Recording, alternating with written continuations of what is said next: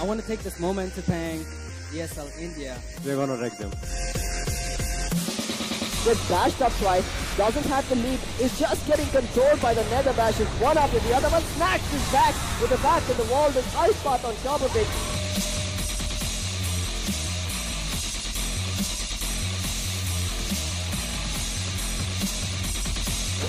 Real quick with the 3v2, all of a sudden an ace star, an ace going huge, one man remaining, Caribou finds ace, so now it's a 1v1, Ace Kali reading it fine, does a lot of damage, is he gonna get the kill? Caribou, no!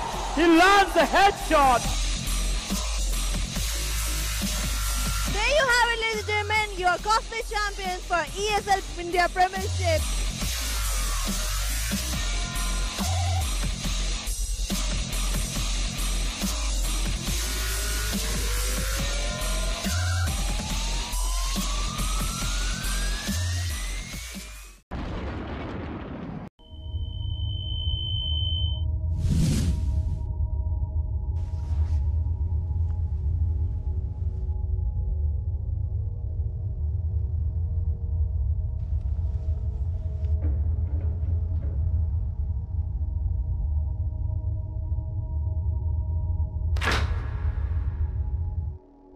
Turn around 3 times.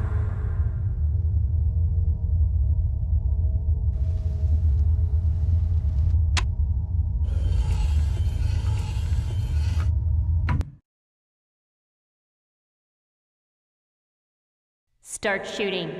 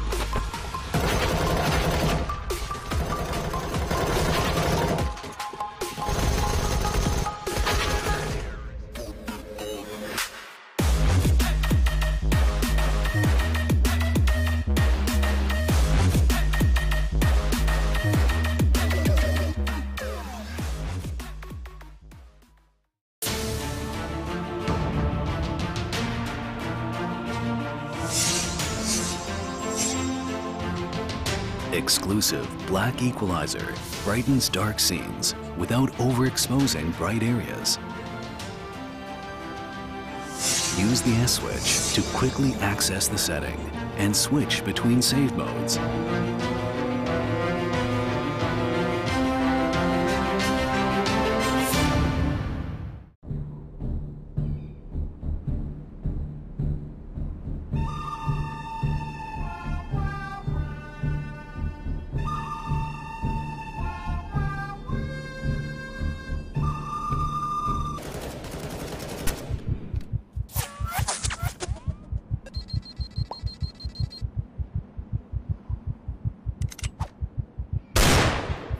Oh no! Punch!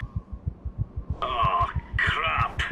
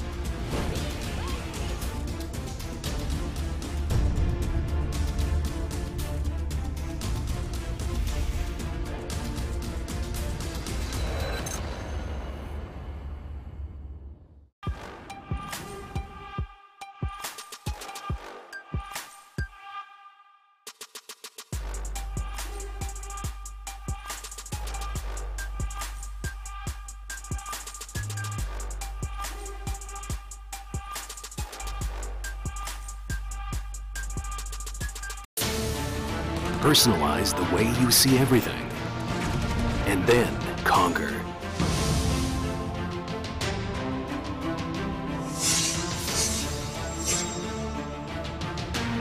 Exclusive black equalizer brightens dark scenes without overexposing bright areas.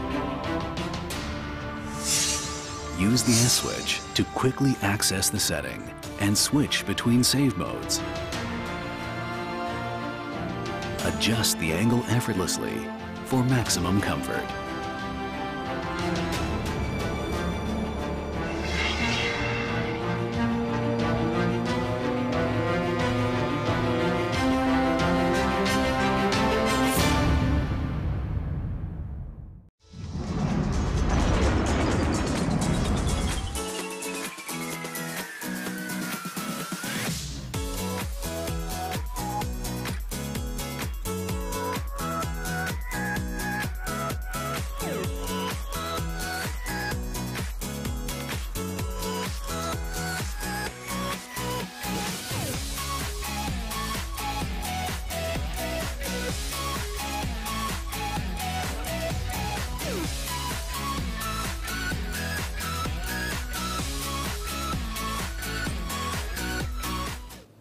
Welcome everybody, 6:30 p.m. IST means it's time for your daily dose of the ESL India Premiership 2017, brought to you by Omen by HP, HyperX and Zabi by BenQ and organized by Nonwin Gaming. I'm your host Vagish Kauslevan, and moving on with the flow of things, we have some interesting games lined up for you. That's the Best of 5 Clash Royale, CSGO and Dota 2 as usual. So heading over to the first game there, the Best of 5 Clash Royale, let's take a look at both the opponents here, Haseeb and Mrin.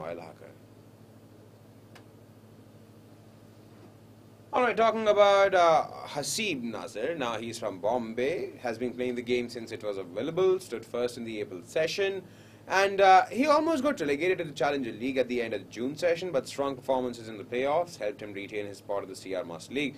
Now he did attend the summer season finale. He could not make it past the first round. Now Mrin. He's been a champion for the IGS for the Masters 2016, but sadly, he has not been able to perform in the summer season. He's from Guwahati, a top player in the Indian Clash Royale scene, and he did not enjoy a good run in the summer season. Like I said, he did attend the finale in Mumbai, but still failed to make a dent there. So will today's game be a game changer for Mrin, or will Haseeb Nazir take the day? Well, we'll see who goes full power 24-hour on the other person.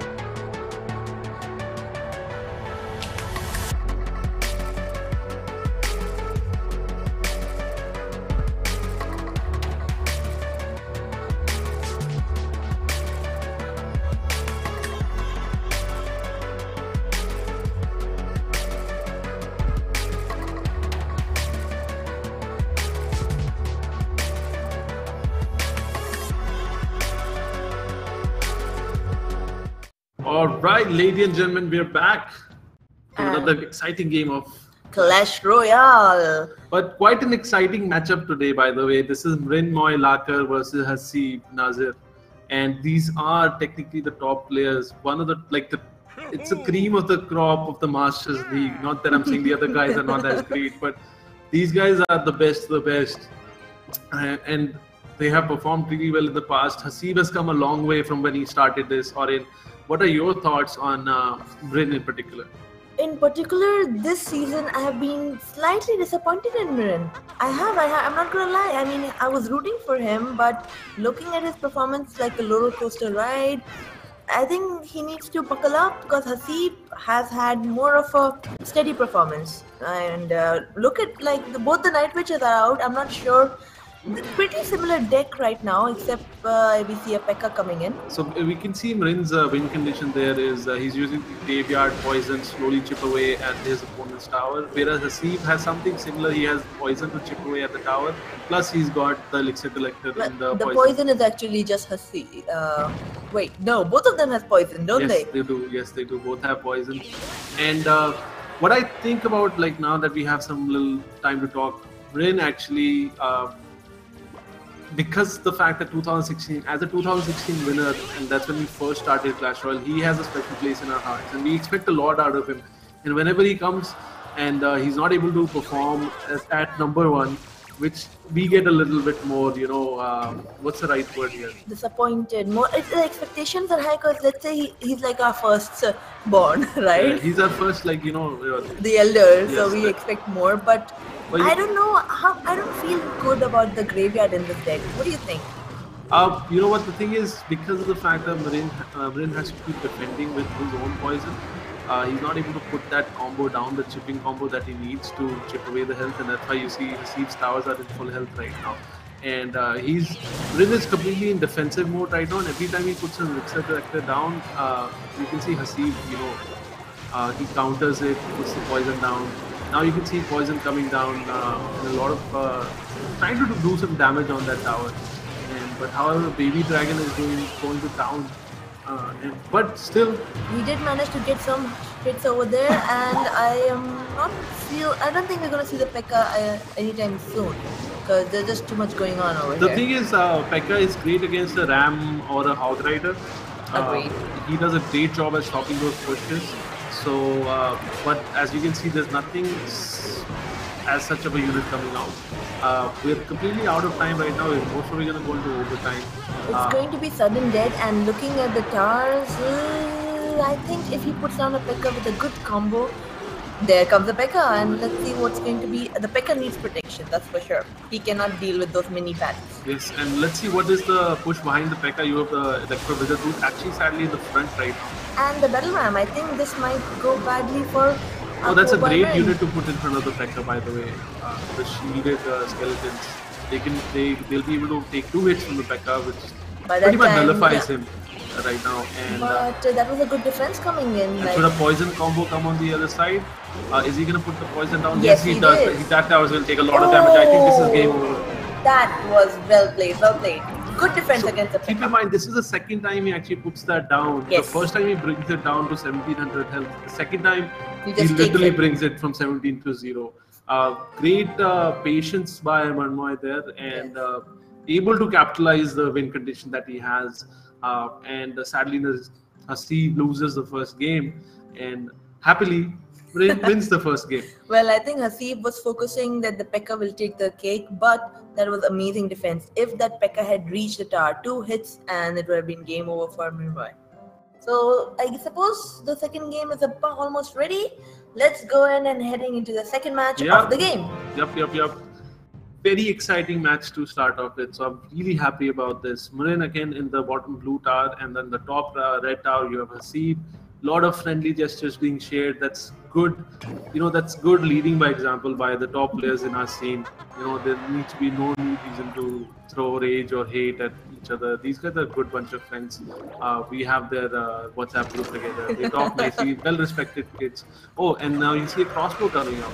Well, both of them have shuffled their decks, and it's going to be a crossbow and Night Witch, but Electro will take care of the Night Witch, and he's closing the skeletons. Yep, and my god, look at the damage on the right-hand tower at the bottom right.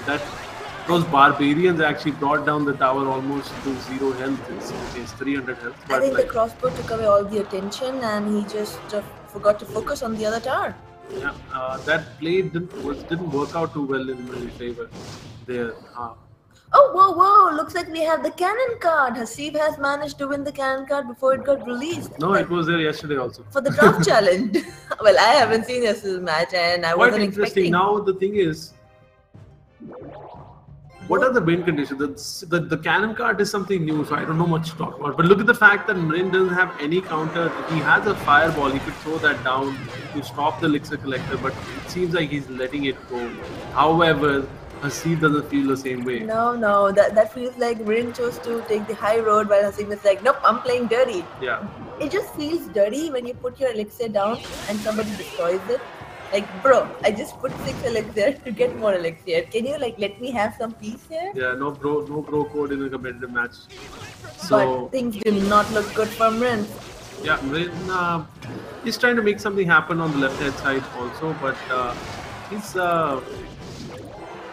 it seems a little dicey to me right now because he really needs double elixir time, which has started now. And let's see if he can make the most out of that crossbow actually. Haseeb is it expo or crossbow? It's an expo. Yeah, it's called an expo. But Haseeb has 2 elixir collectors and there comes the cart. A lot of big units. Now he'll be able to afford all these 4 and 5 elixir cards that he has. I think he should have used the fireball in the other tower. That could have eased it up, but he's saving it up or something. Yeah. Sure. That could have taken, I mean, it's 293. Nice defense on the right-hand side, by the way. Yes. The skeletons are great defense. We're at 28. Those bats are doing a lot of damage to the push to the left. And now we have a counter-attack of bats, actually. So, I have a bad feeling, Gautam, I have to tell you. I have a bad feeling the fireball can come any moment. The zap and fireball can take the tower. I think he's waiting for the overtime. Easy win. Yeah, it's a confirmed win in that case. The cannon card actually going down and becoming a card. And actually becoming a cannon, doing a lot of damage there. Mrin is in a lot of trouble. Finally, fireball comes out. And he has a zap in the next 64 damage. Yes, yeah, he'll be able to clear that. The other one is also at 235 by his. And there it goes up. Told you, he was saving it for overtime. Sneaky. Well played by Haseeb, equalizing the game there. 1-1 is the score. Again, another exciting match for us to see. It was, but I would say Haseeb played quite sneaky in that one. You know, hitting the elixir mana collector for that guy. Mrinmoy was playing more like a gentleman. Or you can put it in the other side and say that Mrinmoy Lakar actually didn't have any counter to the elixir collectors that Haseeb was putting down. He did have fireball. He did not use them. He didn't use them. And speaking of counter, I love how he counters skeleton. Am I going to see skeleton in the 3rd match? Let's find out. Let's get into the next game and see what's the case here. Alright, match number 3, and it looks like they have both again shuffled their decks. And it's a good shuffle also. You see the 3 Musketeer and Elixir Collector going on down there. So, you know what's going to be coming out of that side. But I think Mrin has a good counters to that because he has the poison, he has the execution, he has the tornado, but then Haseeb has heal. Heal is quite helpful in this situation, but that is an aggressive attack going on over there. But good save. Now let's see if the bandit can take any hit. She might be able to take one dash. The problem is who's going to stop this? The hit actually comes through, does 500 damage by the way. Yes, but the goblin took the damage, so his tower is saved. No, he took the tower to 500 damage. That was a tower? I thought that was a battle ram. The battle ram hit the tower. Yeah, I was speaking about the bandit. If the bandit is going to hit it. Bandit. Again, so it has come down to the fact that Haseeb has an elixir collector down, and does Mrin have an answer to it? Most probably not. The only answer I see is poison, but he's gonna save it for his combo. Is he? Is Bandit a good hero to stop all the skeletons that are gonna come out? Poison also coming out. This is great work happening right now. A lot of damage being put down, and that. Remember, the elixir collector is also going down, so that's pretty much double damage. Yes, and Haseeb now has to figure out what his strategy is. If he puts on another elixir collector, that puts him in a lot of debt. Gives Mrin a chance to counter push to this. So this is what I'm looking for. A good unit being dropped down now. Haseeb has to react to this. and he does, again forcing Haseeb to put units down, while Mrin will always have that elixir lead a bit. So well, Haseeb does have a greedy deck. He needs that elixir build, but counter attack coming on the right. Ooh, the goblins will take care of it. Yes, they do. Not able to get that hit down. Again, the combo should be going down. Poison is available. Is he gonna use it? And in any case, those skeletons are still going to town, and there's nothing to stop the skeletons now. They're gonna go crazy. They're gonna take the tower down. Yes, they do. Mrin off to a great start now. The three musketeers, and there they are. There they are. The three shiny helmet, purple-haired girls and with that cannons. is Haseeb's win condition that he finally puts down. But then he also puts on the poison. He puts down the heal also. They are able to survive the poison damage. Yes, they do. They're Here making comes the dash. and that's a big push on both sides. I think Mrin could be a lot of trouble right here. Let's see how he can hold that nice hurricane, tornado, whatever it's called, coming down. Tornado. But another heal coming in, and whoa, the mosquitoes are back on And there full are health. simply two. They're going for the kill. This Yes, sir, they are going for the kill. Is the princess going to take care of them? That's a lot of damage. That's a lot of damage. Mrin has taken a lot of damage here. And again, another counter attack on the left hand side. Make sure that ramp doesn't connect. It does not. Princess helping out as best as she can. She's doing a great job. That's MVP Princess right there. But what's the answer for Haseeb? What's the answer to defeat Haseeb right now? Is he going to do the graveyard poison combo? Will it be enough? He might push another. There it is. Before I can finish my sentence, he might push with another set of musketeers, and there they are. The princess is gonna go down. And I can see this. I can see this. He's not coming down. The ramp will connect. No, it doesn't. Does it connect? I think no, it is. One dash from the bandit, and there we go. This is game over. A great game coming out of these players. Again, top tier players giving us top tier results. This is exactly what we like to see as casters. 2-1 is the score right now in favor of Haseeb. Haseeb making a comeback. Mrin sadly not able to close that, but remember, it's the best of 5. We still have a long way to go. Yes, we do. Yes, we do. But that game, I have to say, Haseeb, I might have said he played sneaky last time. This time, that was just massacre. Massacre. Yes, pure massacre coming out and completely breaking Mrin there. He broke me.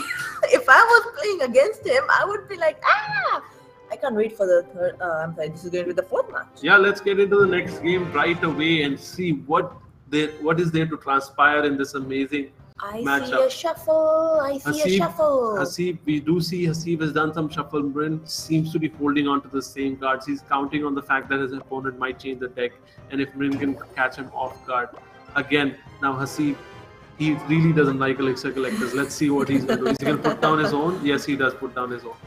I think a good poison right now. Yes, he does. The moment I say a good poison right now, could bring balance to this. Finally, we see Mrin actually showing some hate and a hate right back. He learned his lesson the hard way. Last time, if he had just destroyed the poison, too much going on. I'm just wondering what's gonna happen next. It's gonna be the same win condition coming out of Mrin, where he wants to do graveyard poison combo. And he has good defensive units to hold off any attacks that Haseeb will be sending towards him. Remember, he has these... Oh yeah, the skeletons. I really love the skeletons right now. What is their name? These are the... Royal skeletons? Yep, the garden ones. They have the sheet that takes the damage, and then you can... they take 2 damages. I mean, it might not sound alike, but imagine the prince coming This is going to be a bit annoying to deal with.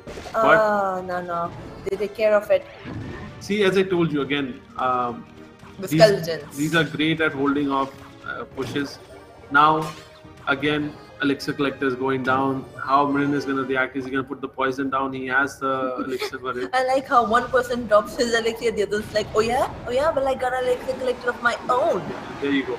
And the nicely placed poison still taking damage on the right hand side. He's able to barely get the elixir collector actually. But that's beautiful because a little bit ahead and he might hit the crown tower and activate the king. Yeah, but these guys are pros, so they won't do mess ups like that. I once accidentally sent my miner and that hit the king. That's why you're not pro. And these guys are a great push coming on the left. How is he planning to stop the ram? Ram will not connect at full speed. Still manages to do some damage. I think well, the bats are going to take care of the cart over there. Now, a small push on the left. It was fairly small. And now he's going to put down the poison. That tower is in a lot of trouble. He uses a zap defensively. Is the poison also going to come out? No, he doesn't need the poison. The skeletons alone are doing an amazing job at taking that tower down. Great work there by Mrin. Doing a lot of damage. Bringing balance. Both stars are below 1000 and look at Mrin. He is heading at 2000. We might be looking at a 2-2. We might be heading to game number 5. It looks promising. 12 seconds before we go into sudden death / overtime. And he's being forced to use his fireball on the units because those royal skeletons or guards or whatever they're called, they take a lot of... They are able to soak up the first set of the damage. Doesn't matter how big the damage is. Again, a great poison placement, catching all the units and the tower in between. And that tower does not look healthy. It's going down. 80. And a push, counter push on the right. What is Mrin gonna do to hold that? Puts down skeletons. The ram does connect, brings the tower down, but it is not enough. Game is gonna be over. That log is gonna clear out the tower on the left. He saved the log for the last. And we are going into 2-2. Game number 5. Yes. It looks like it. Well, I did not see that log coming in. I did not see the log. Did you see the log in the entire deck? I did not. No, okay. He didn't use it. Exactly. He didn't use it. He was waiting for it. Like. The thing is, even though it's a small game, you know, we're not able to follow all the action that's going left and right. And Haseeb tried his best to do a lot of counter attacks on the other end of the map. Sadly, for Mrinmoy, actually, he's able to hold them. So happily for Mrin, sadly, Haseeb, he's able to actually stop all these attacks. He's able to multitask and actually put units where they are required. And the ram was only able to hit once. Exactly. But do you think we're going to see another shuffle? I think Haseeb has to change his deck. This deck is not working against his graveyard and poison. This is not working against Mrinmoy right now. He doesn't have enough units to clear out the mess that the graveyard brings on. I think he's going to go back to his musketeer desk. Yeah, that worked out really well for him. I was surprised he actually decided not to use it any in the next games pretty much. So, what's it called? Game number 5. Let's see if we can get into the next game. Alright, this one is it. Winner takes home. Alright, let's get into it. Game 5. This is the final game, guys. It has come down to the wire here. And look see, looks like Haseeb is going to use his musketeer desk because I see a heal popping over there. Yep, a 3 musketeer deck is most likely what Haseeb's win condition is. Something that worked out really well for him in the 3rd game. Not sure why he changed it in the 4th. And now it's... But looks like Mrin is using a new deck as well. He also has the rocket. Yeah. If they get a little too annoying, he'll just rocket them down. The prince is actually targeting a few birds in the air. But still, I think these units will get bunched up together. Great positioning over there. I thought the princess was going down, but nope, not with the skeletons guarding her. Oh, look at that, a hog coming out. This hog is going to get a few hits on the tower. Yes, it does. And a nice rocket coming down, clearing that out. Rocket is an expensive unit to counter the Elixir Collector with. Whether Rocket use the rocket against the Elixir Collector or the 3 Musketeers, he knows his deck. He knows what he's planning. He cannot let him have that He doesn't elixir. know yet because first of all, the heal has not come out. Neither has the 3 Musketeers come out. So even though we know, but Mrin has no idea what. But I'm sure he's kind of got it figured out what's it gonna be. Because if we thought he should go back to the 3 Musketeers, pretty sure he also must have prepared for it. Yeah. Now Prince is gonna waste her first hit, actually targeting the bats. Yes, but actually she got both of them together. I was wondering that if it's gonna be just one bat, because the last time they came out, it was just one bat. Nice defensive unit, quite a strong defensive lineup being put down. So I love how he takes care of his princess. And like Milady, no one's gonna kill get you. Free hits on this. Hog Rider goes for the Elixir Collector immediately, and which way is he gonna turn? He's gonna go most likely right, and that tower is in a lot of trouble. My God, that Hog Rider, value Hog Rider. Now is the time. The time is double Elixir time has started now. It's all gonna come down now. How Haseeb is gonna stop this great push of 3 Musketeer plus heal? I am a little worried for him, but I believe he has the units to stop it. A nice Electro Visit on the left to stop that push. How is he gonna stop the great flying minions there? Puts down the Royal Guard there. He's getting healed immediately. Like but Princess is doing a lot of damage to these guys. But look at the push coming on the other tower over there. The Electro-Wizard and Princess will take care of them, but the Balram Yeah, is the heading Princess over. bringing a lot of value in this deck. But let's talk about it, let's be honest. In 22 seconds, it's gonna be sudden death. The other tower is at 196. Yes, he just needs to survive for 17 more seconds. He will rocket that tower down for the victory. And these minions keep getting healed, but the Princess is bringing so much value. A Hog Rider coming out, 7 seconds. This is good game. I don't think he Mrin needs has the rocket. taken this game clean, in a clean slate, pretty much, whatever it's called. Shit. I am slightly disappointed. He never gave him the chance to land the Musketeers. Because he didn't have any time to put the Exactly, musket in. he Neither didn't did he have have the chance. Elixir. He had to completely always be on the defense. Mrin showing why he was the winner champion. of the 2016 season, bringing a lot of value down here. So Yep. while the production sets up the new, okay, wow. There we go. There are the standings. These are the current standing. Mrin actually leading at the first spot right now. Has only lost a single game, but he still has a lot of matches to go through. Remember, we have 1 day left. I don't know how they have to catch up on all these Well, matches. honestly, I think Mrin has a really good lead right now. The only one who can beat him up is Mrin himself. Actually, Mehdi Rubin could still technically make it up there. I know, but Mrin, the only one who can beat him is himself. If he manages to win, he's on lead. But if he loses even a single match, this could go bad for him. Now let's look at the time quickly. We have some time to kill here. So just want to go over the fact that what's the reason for this Master League standings. The standings are there because the #1 spot winner, Yes. whoever is at the #1 spot, gets prize money. Money, money, money, money, money. And the bottom 2 guys actually end up going into relegation in a promotion match where they have to face the challenger winners. Yes. So the thing is, not only are you getting money to play in Masters League, like you get money to play just to play, you also get extra cash for being #1. True that. And that's where everyone wants to be. Mrin is the #1 right now. If he holds that position, he'll actually have, he'll get money, man. It's easy money for these guys. And whereas Devil's Twin and Accurate have to try and stay in this league, so they can at least get that minor money that they get for playing I and have some winning the bad games. news for Accurate. If he doesn't manage to win, if he doesn't win a single match, he has 2 matches left and 0 points to his name. He needs to win both the points to make it to at least above Devil's Twin and have a chance against Ruben. Basically, in simple terms, you don't want to be sitting at 7 and 8. I don't want to be sitting anywhere with these guys. Yeah. I'll be cream. But it's nice to see Mrin being #1 on the charts again. Those was crazy close games with Haseeb. Haseeb showing great performance also. He's been playing amazing. He's come a long way from how he had started. This is the same guy who refused to change his deck and beat everyone with it. And now the things have changed. So great games there. I would like to thank our sponsors, Omen by HP, Zoiva, BenQ, HyperX, and the whole process is organized by Nordwin Gaming, which is us basically. And yeah, that's 3-2. This is Clash Royale. We have some Counter-Strike action coming up, and after that we have Dota 2 action coming up. Yesterday games were crazy actually, but I don't want to indulge too much in that. Let's hit a break. Let's take a small break. Gentlemen, that was all we had for you guys at Clash Royale today. Make sure to catch up on the CSGO and the Dota 2 action coming up right in a little short break. Alright guys, thank you.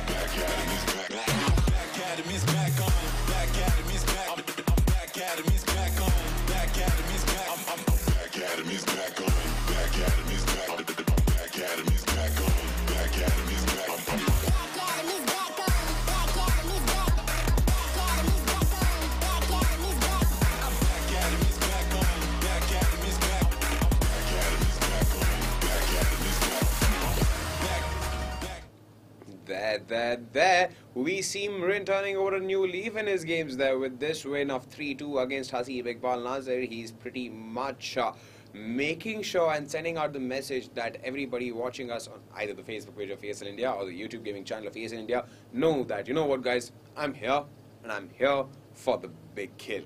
Well, that's what we have from the best of 5 of Clash Royale. Well played, both the players, the Haseeb and Mrin Lakar. Tough luck for Haseeb. Maybe he could have done better. good turnaround for the 2 rounds which you won there, Haseeb. Now, everybody, once again, let me take this opportunity to welcome you to the ESL India Premiership 2017 fall season, brought to you by Omen by HP, HyperX, and Zawi by BenQ, and organized by Norton Gaming. Now, moving on, we have a CS:GO match lined up, so let's quickly take a look at both the opposing parties here.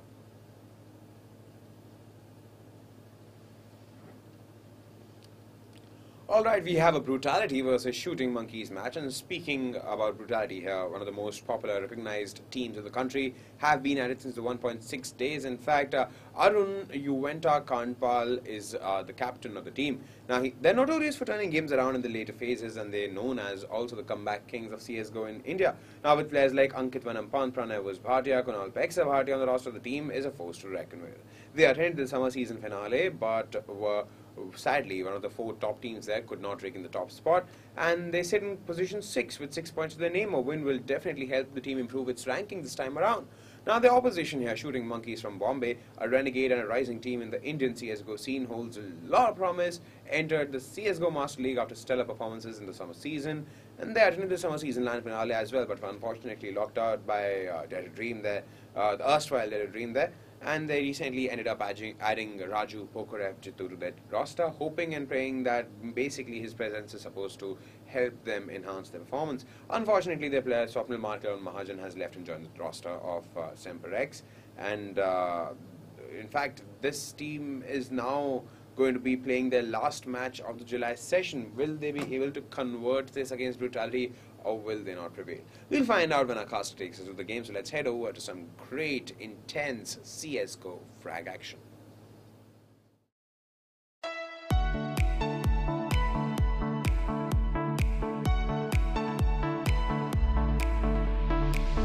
Cold light falling on the ground, long day but we won't back down. One thing playing on our minds, long wait, but we won't give up now. You crave the love I gave, and we'll do it again. A cold night getting warmer now. The ground shakes as our love gets loud. We are the champions of the night. We are the champions of the night. Yeah. We are the fighting tide, the ones that burn so bright.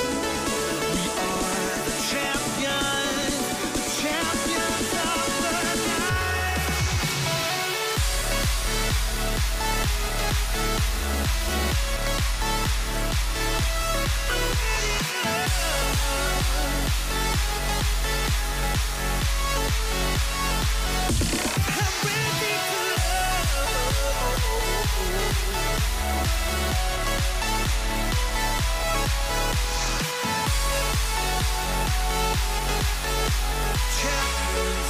the night. Can't tell if we're dreaming now. We watch as the fire falls down. One thing playing on our minds. Time stops and we don't make a sound. You crave the love I gave, and we'll do it again. A cold night getting warmer now. The ground shakes as our love gets loud.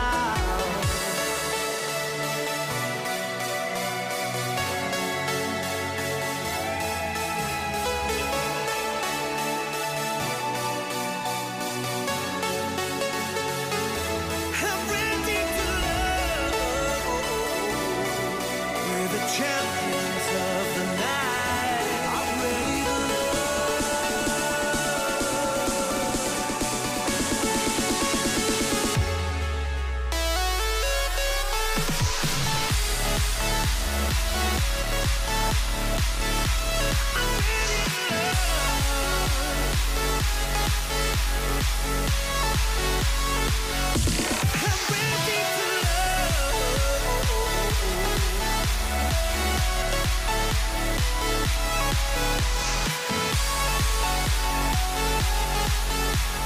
champions of the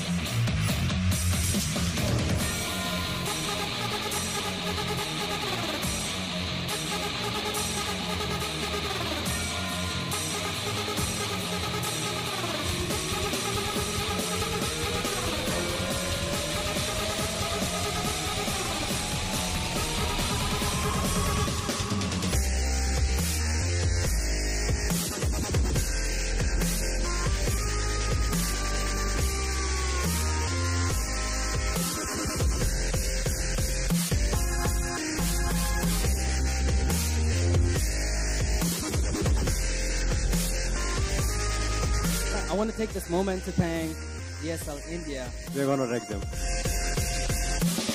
Gets dashed up twice, doesn't have the lead, is just getting controlled by the nether bashes one after the other. One snacks his back with the back in the wall, with ice path on top of it.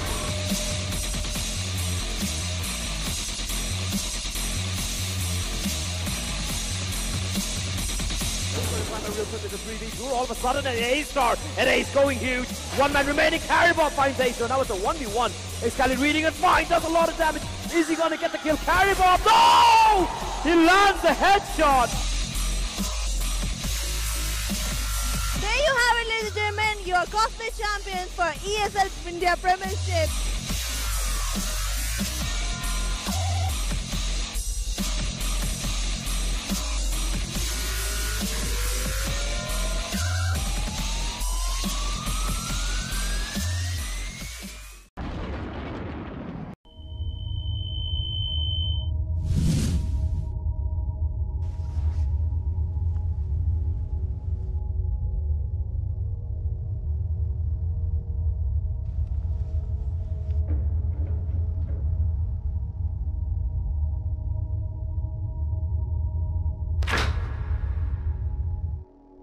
Turn around 3 times.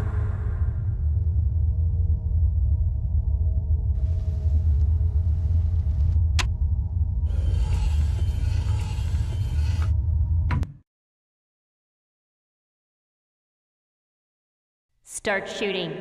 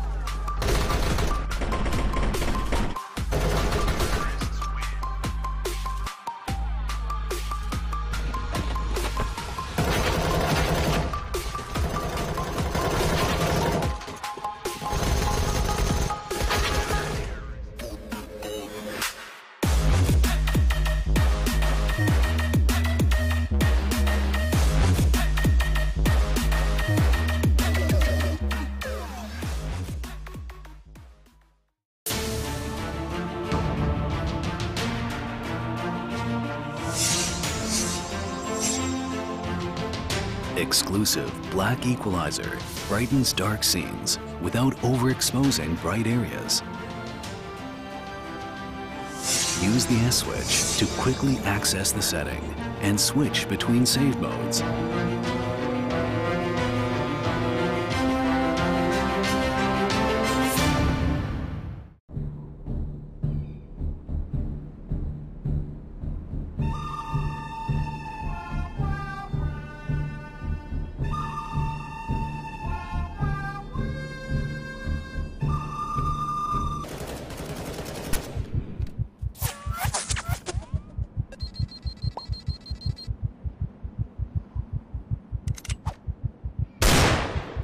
Oh no. Punch. Oh, crap.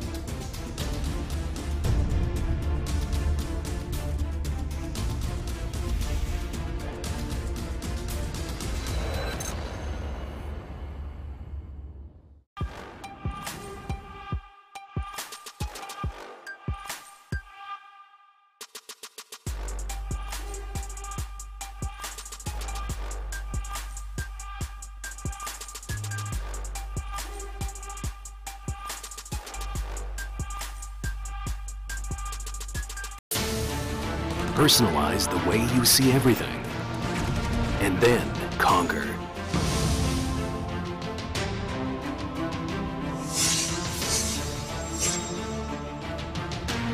Exclusive black equalizer brightens dark scenes without overexposing bright areas. Use the S switch to quickly access the setting and switch between save modes. Adjust the angle effortlessly for maximum comfort.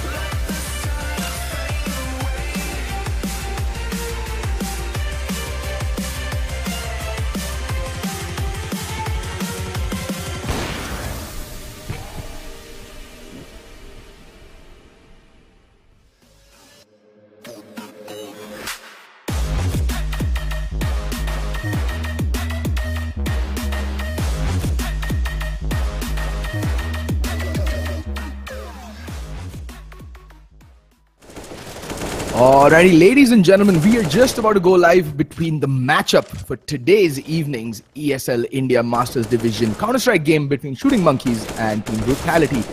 The map pick, very curiously, is Overpass. I am I do shed a shadow of doubt on Shooting Monkeys' choice for letting Overpass through, because Brutality have been looking like a force to be reckoned with on this map.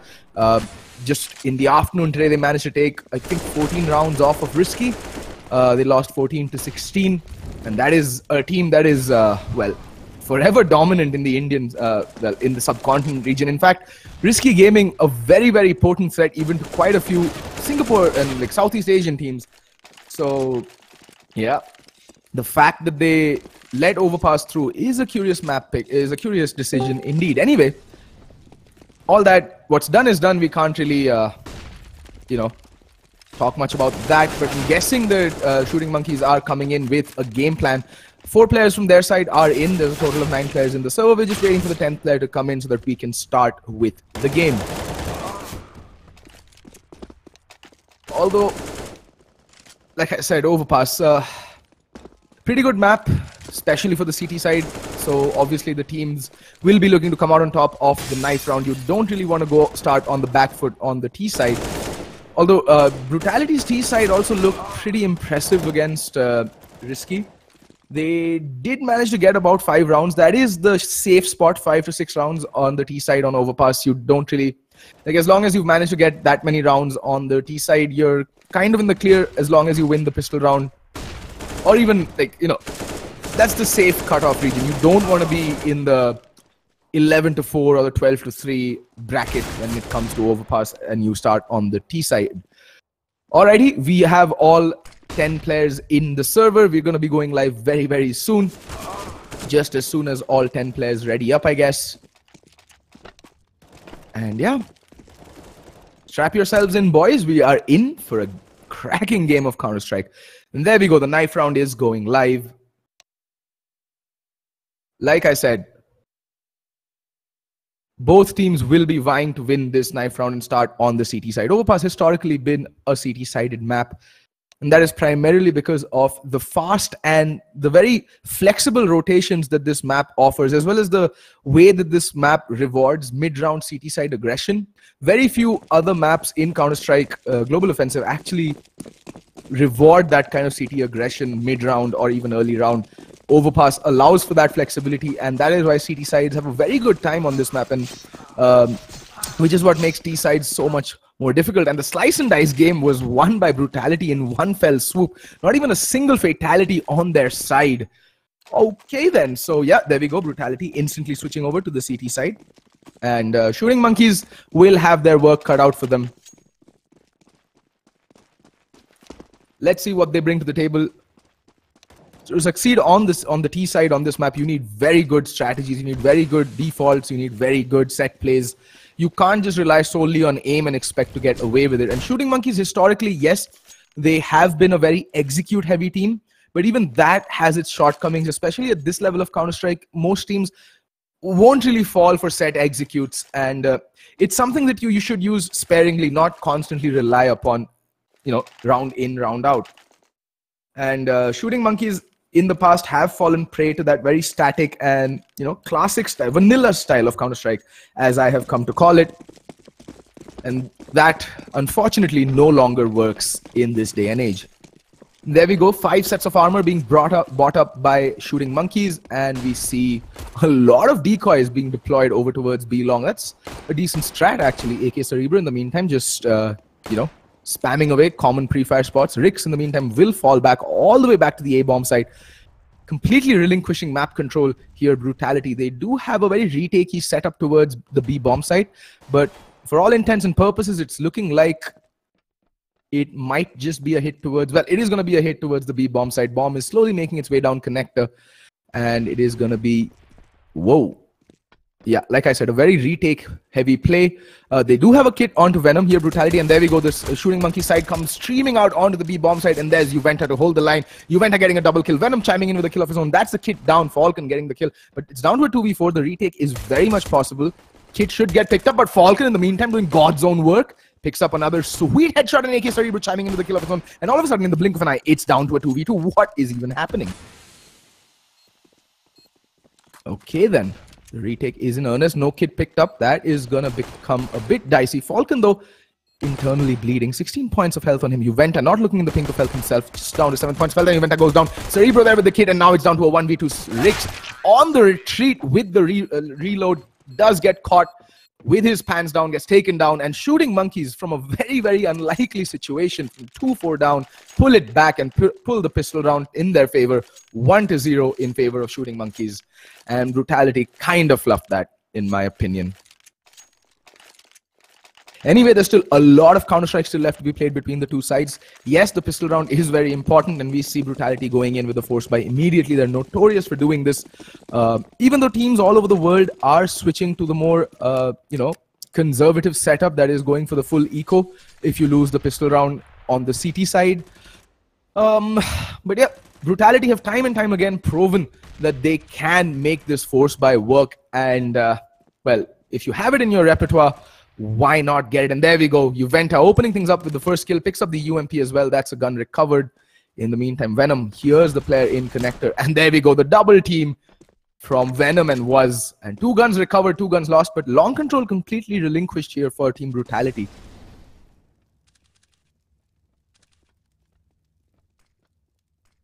And there we go, the A-bomb side control completely relinquished, and Pexer getting caught on the switch, but now he knows that they are on the A-bomb side. Rix in the meantime does fall to the AK-47 of Falcon. Falcon just going absolutely beast mode. He was the hero of the previous round, and this is interesting. They're planting for, bank and for the dumpster area, so the retake will have to come in earnest. This is a perfect plant for the kind of setup that Brutality have going in for this retake, and Was is going to go in gung-ho, Mac-10 out. Bomb yet to go down. They made their way all the way down to B. And Venom ideally positioned. Okay, then. Oh, that flashbang, though. Perfect timing. Was in the meantime does fall to Anakill, the newest addition to the Shooting Monkeys lineup. And Venom will rattle off a few shots, but unfortunately unable to connect. But there's Juventa on the lurk. Gets one. Can he get the other two? Both remaining 2 players very low on HP. This is looking very doable. But even in the previous round, Brutality. Oh, Anakill does go down. Now it's all down to Anakill. Cerebro getting taken down, and there's no kit, so Juventa has to book it. Has to be very, very alert. Doesn't have armor, so the aim punch will be real. He's on a 3K. Has to stick to defuse. Anakill's just toying with him, but Juventa lands the shot. But unfortunately, there is no time. He has to go and make his way to safety. 4K for him, but unfortunately, it'll be all for naught.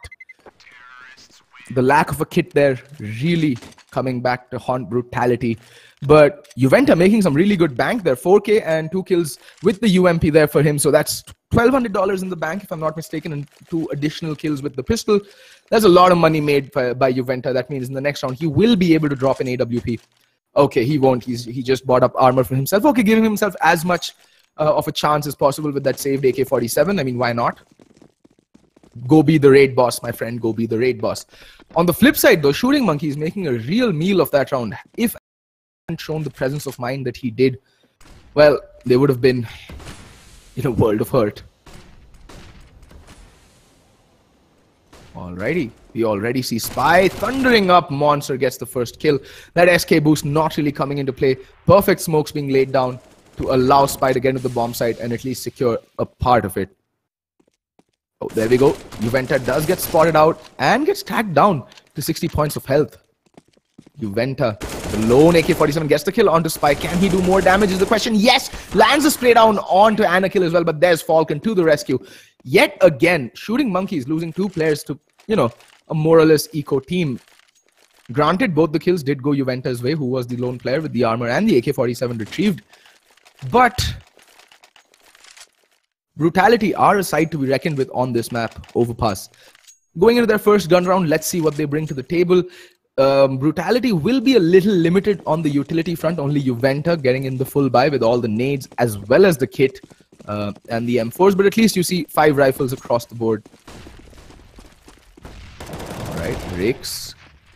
Was gets the first kill. Rix spots out another. That's 2 quick kills. Oh, Was getting another and Was just cleaning them up towards mid. And in the blink of an eye, it's again down to AK Cerebro and Spy in a 2v4.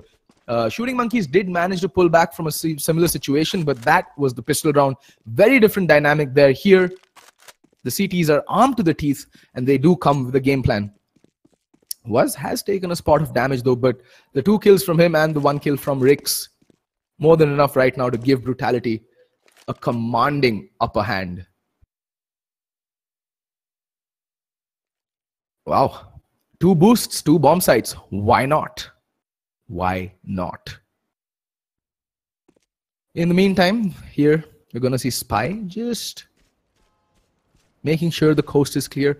Right now, Shooting Monkeys, because of the man disadvantage, really don't have much going for them. They have 1 smoke and 2 Molotovs at their disposal, and Spy realizing that he is no Launders. Trying to channel his inner Launders though, but failing quite spectacularly the self-boost. Venom needs to be careful. I think his head will be visible, and there we go. Spy sprays down, but you know, both players just taking a spot of damage, and bomb site has been relinquished. It's curious, was the only player with low HP. His elbow gets visible, and Spy takes him down. In the meantime, the retake is there, and AK Cerebro, 2 headshots players just lining up. And what is this abysmal retake from Brutality? They just line up for Cerebro. A 3K for him to see off the round, and that's 4 rounds on the trot for Shooting Monkeys. And now Brutality, the most they can, you know, invest into this round will be an armor pistol.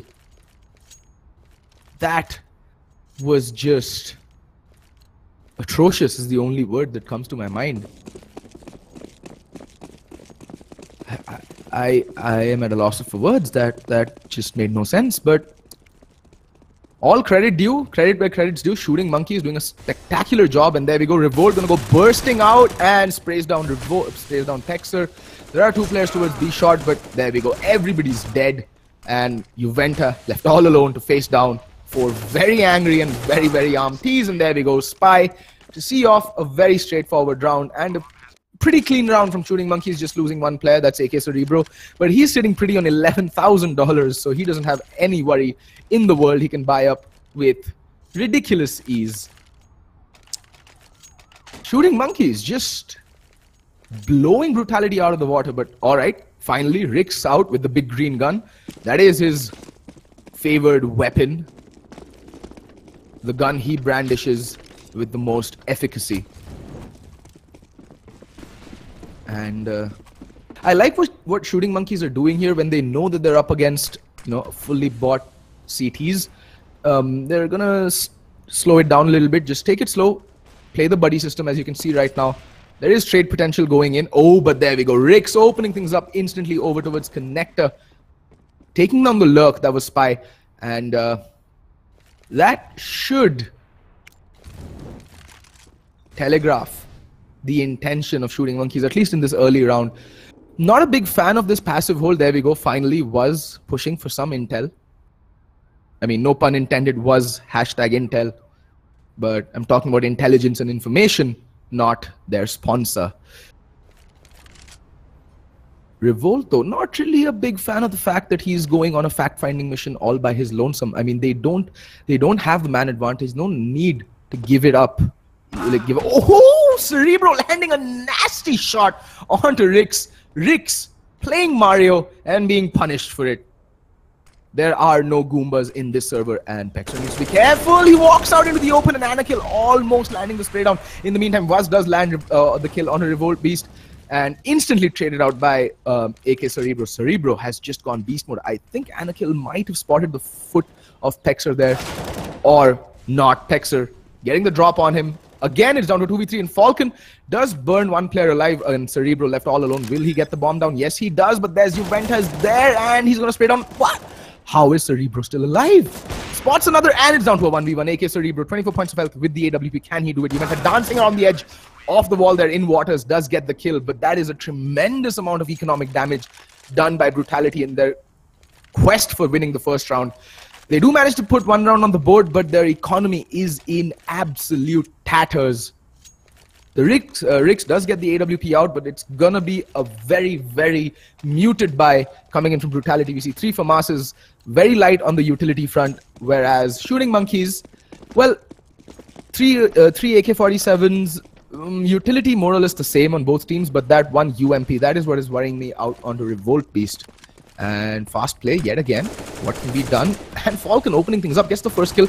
Will we see a second kill? Yes, Revolt Beast. 2 quick kills. And now Venom all alone in the bomb site. He has to go huge. And Spy burning his own teammate, Revolt Beast. Well, Revolt's done the job for himself, getting 2 kills. 1 with the UMP. Actually, both. 1 with the UMP, 1 with the M4. And now the heavy decision for Brutality. They're facing a hard reset. They have no money. They're looking at the double eco territory. So should they go for the retake, or should they just save these 2 rifles?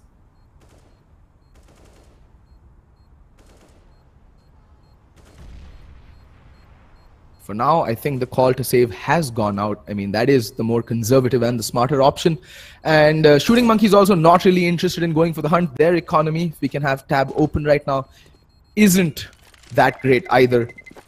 So they need to consolidate and start building up their bank as well, so that they can, maybe if they lose a round or 2, have some money in the kitty to buy up yet again.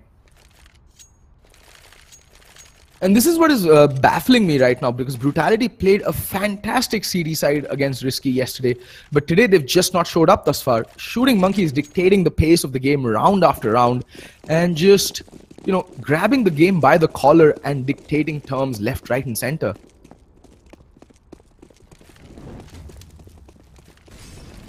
And look at that. Look at the just sheer confidence out on Shooting Monkeys right now. Oh, but Rix with the opening frag. And Anakill does go down, but the brunt of the attack is towards the B bomb set, which is where the stack is. 3-man stack over to the B bomb set. Texter taking a ton of damage. And there we go. Juventa again going absolutely hammer. 3k for him, Juventa. Somebody stop this man. And Cerebro, in the blink of an eye, his team has just been eviscerated from the server. And he's just realizing that, okay then, should I just try and do some economic damage, or try and hold on to this op for a minute and 10 seconds? That smoke is going to give away his position.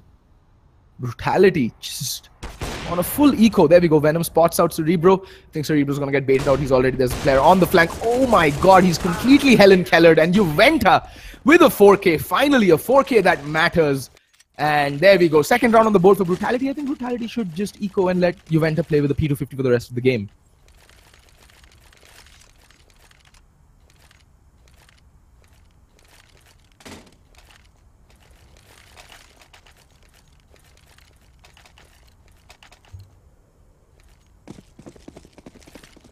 Alrighty. After 8 rounds of Counter-Strike between these 2 teams, Brutality and Shooting Monkeys, the scores are 6 rounds to Shooting Monkeys and 2 to Brutality. And there we go. Pexer will be the first line of contact. Again, Shooting Monkeys not really playing a very tactical game. They're just throwing caution to the wind, going to flash themselves through the smoke. Pexer just completely Helen Kellered there. Juventa going to toss out that Molotov, trying to buy himself some time so that his teammates can rotate. But the smokes are down. There we go. Juventa finds one through the smoke. Actually, that's Falcon who's burning alive. And Anakill finding the kill. Venom with the AWP. All right then, Venom. Feeling a bit adventurous. Was in the meantime does get a kill. It's down to a 3v3 retake situation. And I like this positioning. I like the post plans coming in from Shooting Monkeys. Okay, the flashbang completely blinds 2 players, but oh, nice shot though. And Spy picking up 2 quick kills, and that's the last player. Rix left alive. All he had to do, he had literally no choice but to go for that defuse there, and punished their Brutality again for their very lackluster hold on the B bomb site.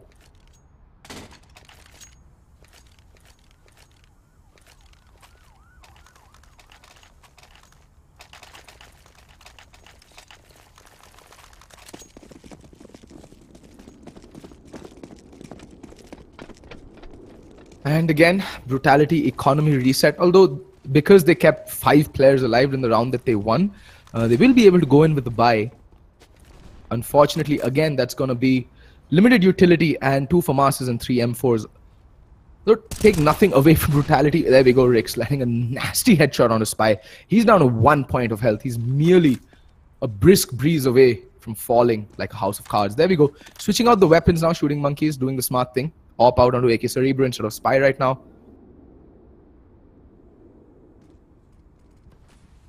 And Shooting Monkeys, again, straightforward setup. just getting mid control and trying to establish some connector control maybe, but they have given that up. In fact, Brutality also playing a very passive setup. They don't really have the confidence right now to push, but I think we might be seeing some late round or mid round aggression. Still about a minute left on the clock. There's still time to make a play, and there we go. Was making that play. That flashbang out from perfectly timed, gets the kill, but there's instant trades coming out. And the aggression up from long, it can catch both the players who pushed up a shot completely off guard.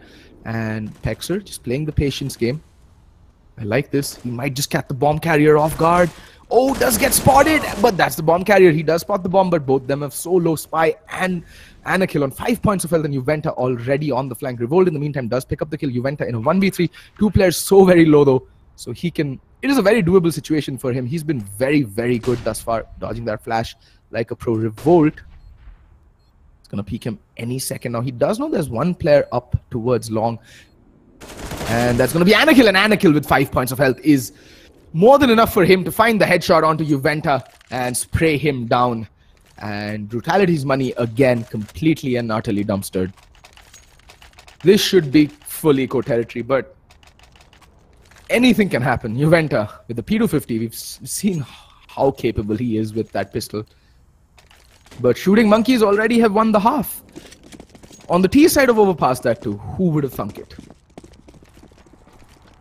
It's uncommon because, well, Overpass is historically a very CT-sided map, but right now, Brutality are looking at 6s and 7.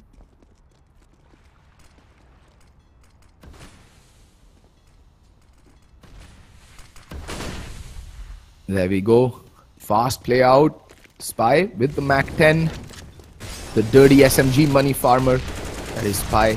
Getting things down though. They're taking a ton of damage. Down goes Venom, and Cerebro finds Juventa as well. But there's Pexer, at least finds one kill, but Cerebro's there to trade it out. In the meantime, was in connected. Does fall again. Falcon, and Falcon trying to find the kill on Rix as well. Just Falcon finding his form all of a sudden. Whips around 90 degrees and sprays down 2 players. That is just obscenely good from Falcon. Although granted they were against completely ecoed opponents, no armor, the aim punch is very, very real. You can't really land those crisp headshots if your aim is bouncing all over the place. And well, thank you Windows. We have the blue screen of death happening on the Observer PC. So don't go anywhere folks, we'll be back just as the game is restarting. Basically, when Windows decides to screw you over, you are screwed over. So don't go anywhere folks, there'll be a short technical delay. We'll be back in 5 minutes.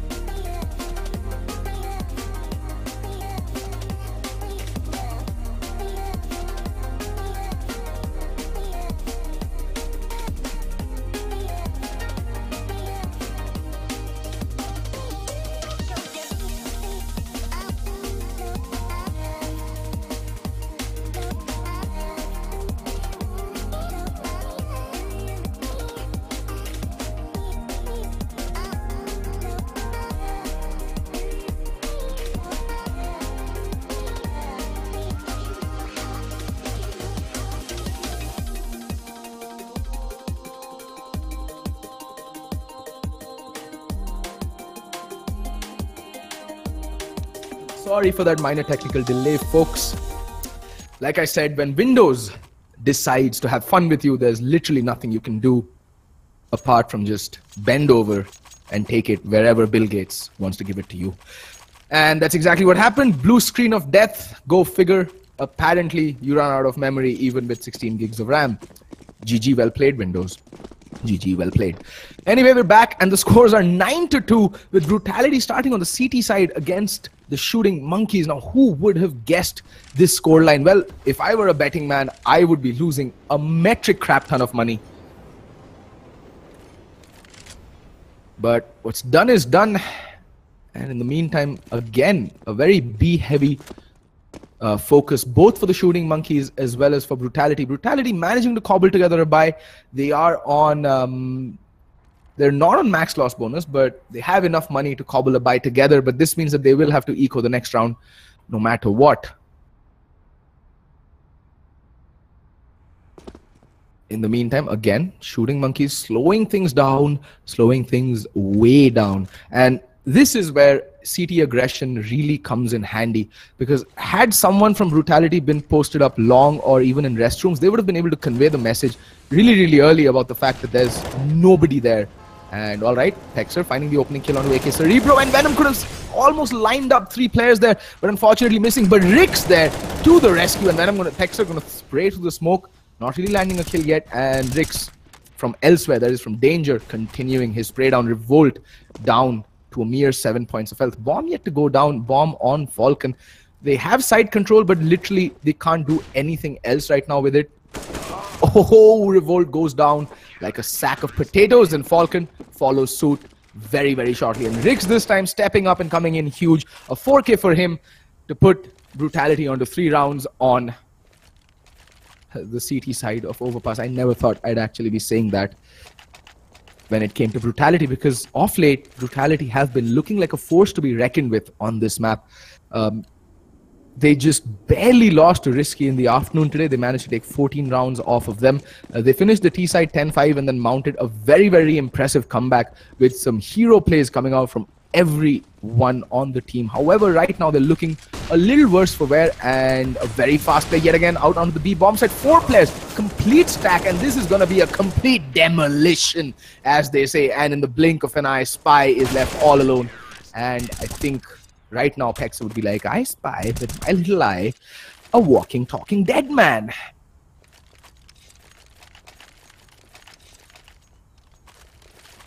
And that, ladies and gentlemen, was the perfect usage of utility on display there from Team Brutality. And with that, they managed to put 4 rounds on the board. I mean, Brutality should not be losing any more rounds at this point. And for all intents and purposes, it should be a very comfortable 9-6 half for Brutality. Not the ideal scoreline while starting on the CT side. Now they're going to face off against a Glock train. Can he land more than 1 kill? And the answer so far has been no, but he does have support in the form of Rix, and was just going to kill them regardless with the USP. All right then, where was this was on the pistol round? And there we go, was with the 4K. Will he go for the ace? No, Venom will deny was the ace. Gets the final kill onto Spy. And there we go. 5 rounds on the board, and Shooting Monkeys op out onto AK Cerebro. He has been looking extremely deadly, but the standout performer from that team has to go to Falcon. Although yeah, some of his kills were on eco rounds, but you cannot negate the kind of impact he has had round in, round out. And the rounds that he has fallen early have been the rounds the Shooting Monkeys have struggled. It's basically been the AK Cerebro and the Falcon show for Shooting Monkeys thus far. And for Brutality, it's been Was and Juventa doing the bulk of the fragging.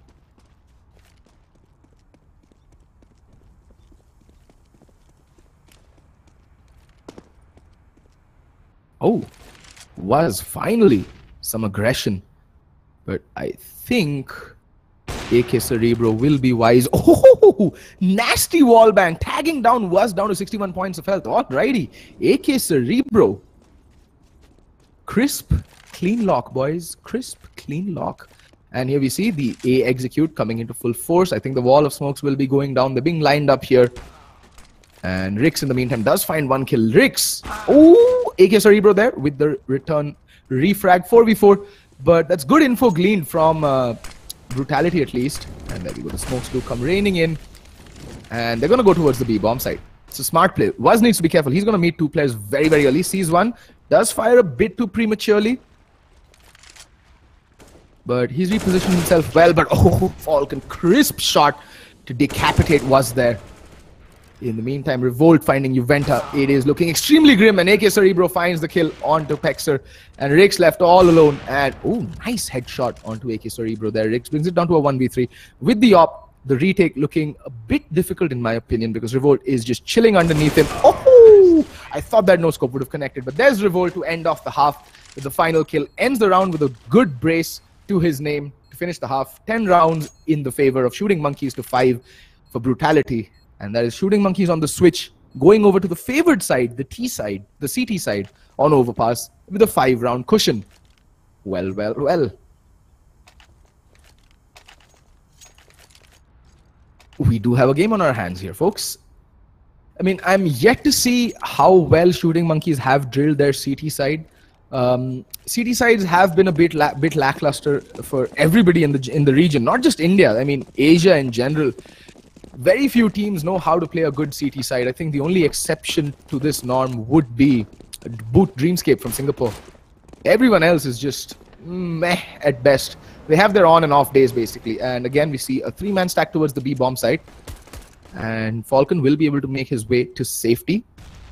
Revolt just dancing around Dildo right now, trying to find a kill, but he's gonna get blinded. But spots out 3 players still completely blinded. And Revolt, what is even happening? Lining up 3 heads. He is the headhunter, gets the 4th, but Falcon's there for the 5th. Revolt Beast just absolutely single-handedly demolishing that B hit from Team Brutality, and Brutality desperately needed that pistol round if they had any hope of mounting a comeback. Now we're gonna see their tried and tested force buy out in full force yet again.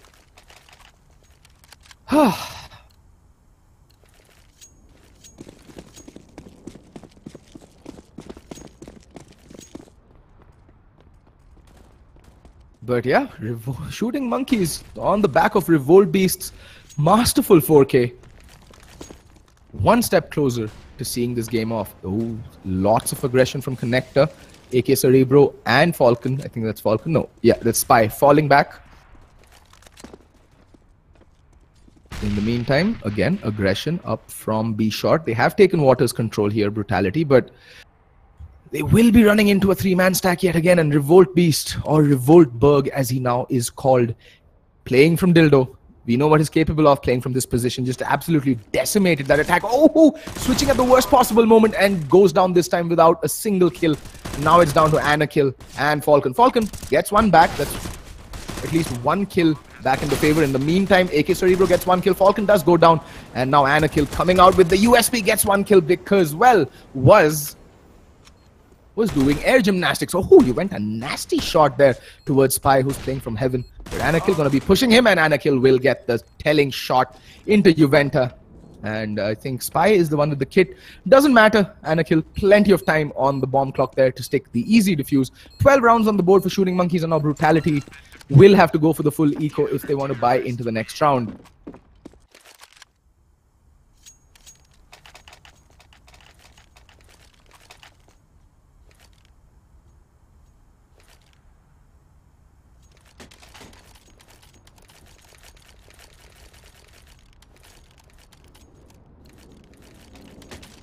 Alrighty, so Spy and Anakill managing to recover 2 rifles as well, letting go of their UMPs. So a decent amount of investment also recovered along with the round. Scores 5-2, 5-12.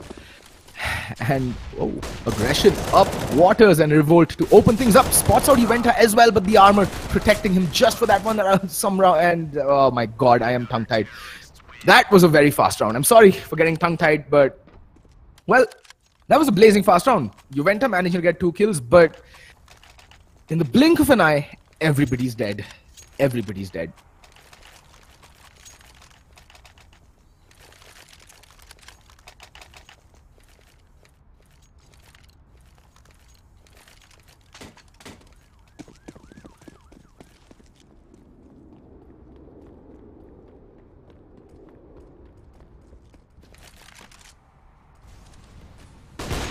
Whoa, what? Falcon? Okay then, take a bow, son. Take a chill pill, rather.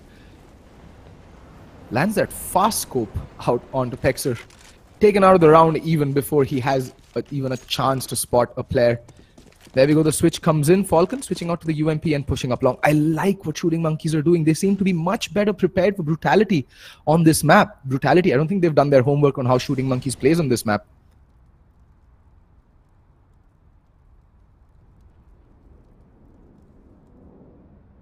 In the meantime, Revolt Beast does take a ton of damage. He's playing AK Cerebro though, needs to be careful. Smokes being lined up for the A execute and AK Cerebro playing out in the open. He knows his long is covered, so he needn't worry about being pushed from that angle. Okay, Venom getting spotted out. AK Cerebro, well, they both spot each other out, and AK Cerebro completely blinded. Trying to land a shot through the smoke.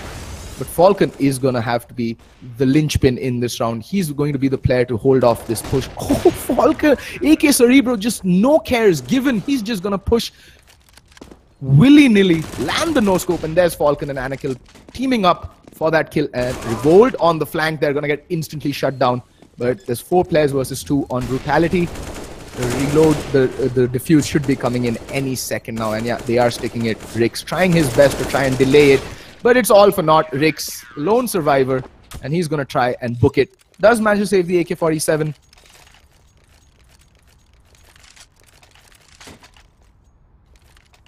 But what to do? Alright, saving that AK-47 means that they can go in for another buy here, Brutality. But again, very light on the utility. All they have to work with are 4 flashbangs, 2 Molotovs, and 3 smokes. And AK Cerebro, he's got his Air Jordans on, and he's going to take the mid shot come what may. Will he land it? Oh, getting blinded. And we see the player does make his way over to safety. That was Venom there, jumping his way to safety. And Spy, though, opening things up with the kill onto Rix over towards Connector. In the meantime, AK Cerebro does spot how it was. Very confident, rattling off the shot, and was. What is he doing? Pushing? He no. Okay, AK Cerebro. Alright, he's son. And a kill there from Connector, getting the second kill. And Venom needs to be careful. AK Cerebro just doing God's work here towards a shot. Finally does go down. That's the op down, but Pexer all alone in a 1v4. Bomb in the hands of Shooting Monkeys. This is looking exceptionally dire for Brutality.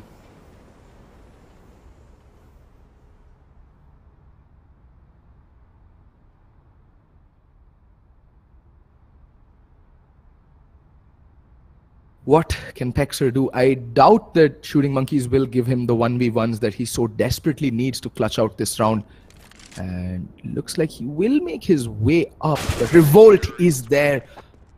Always ready, always on the lookout. And there we go. That should be the final nail in the coffin for Team Brutality, because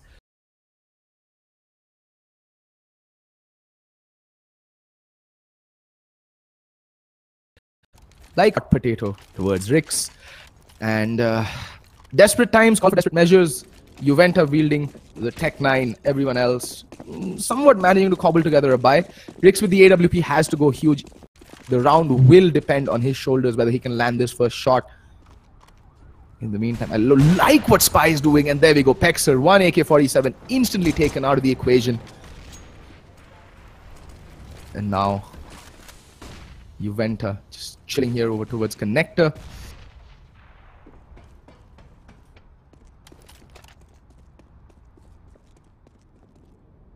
But slowly was pushing, but there's Anakil with the favorable angle.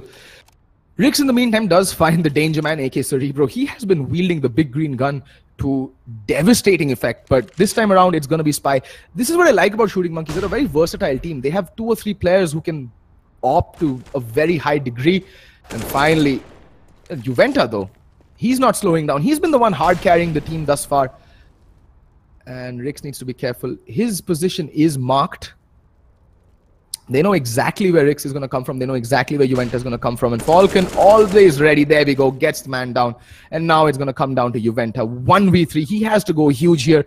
The entire game rests on his shoulders. So far, Brutality has been a shadow of their former selves. There we go. Juventa getting 1 man down. And I'm not a big fan of the fact that Shooting monkeys are so spread apart. I think for the moment, Falcon should just take a chill pill, wait for his teammate Spy to rotate all the way towards B shot, and then just push together. There's no need to go YOLO solo hero mode. Oh, Falcon a bit too premature with that trigger finger, but that should give the cue to Spy to push as well, and they should be aggressing together. And Juventa, what can he do? 1v2. He has to go huge here. Falcon getting spotted out, but Falcon will clutch it out, and that's GG, ladies and gentlemen. Shooting Monkeys, the unlikely winners, winning with a comprehensive scoreline of 16 rounds to 5 on overpass, starting on the T side with a very, very emphatic T side as well. 10 rounds they got, and Brutality just left in their wake. Shooting Monkeys speed their way to a very, very convincing victory. Well, this has been Fed, folks. I hope you guys had a good time. If you did, hit that subscribe button, hit that like button, subscribe over to ESL India. They are doing a fantastic job for Indian esports. So your support is very much appreciated. Thank you, and see you all next time, folks. Good night.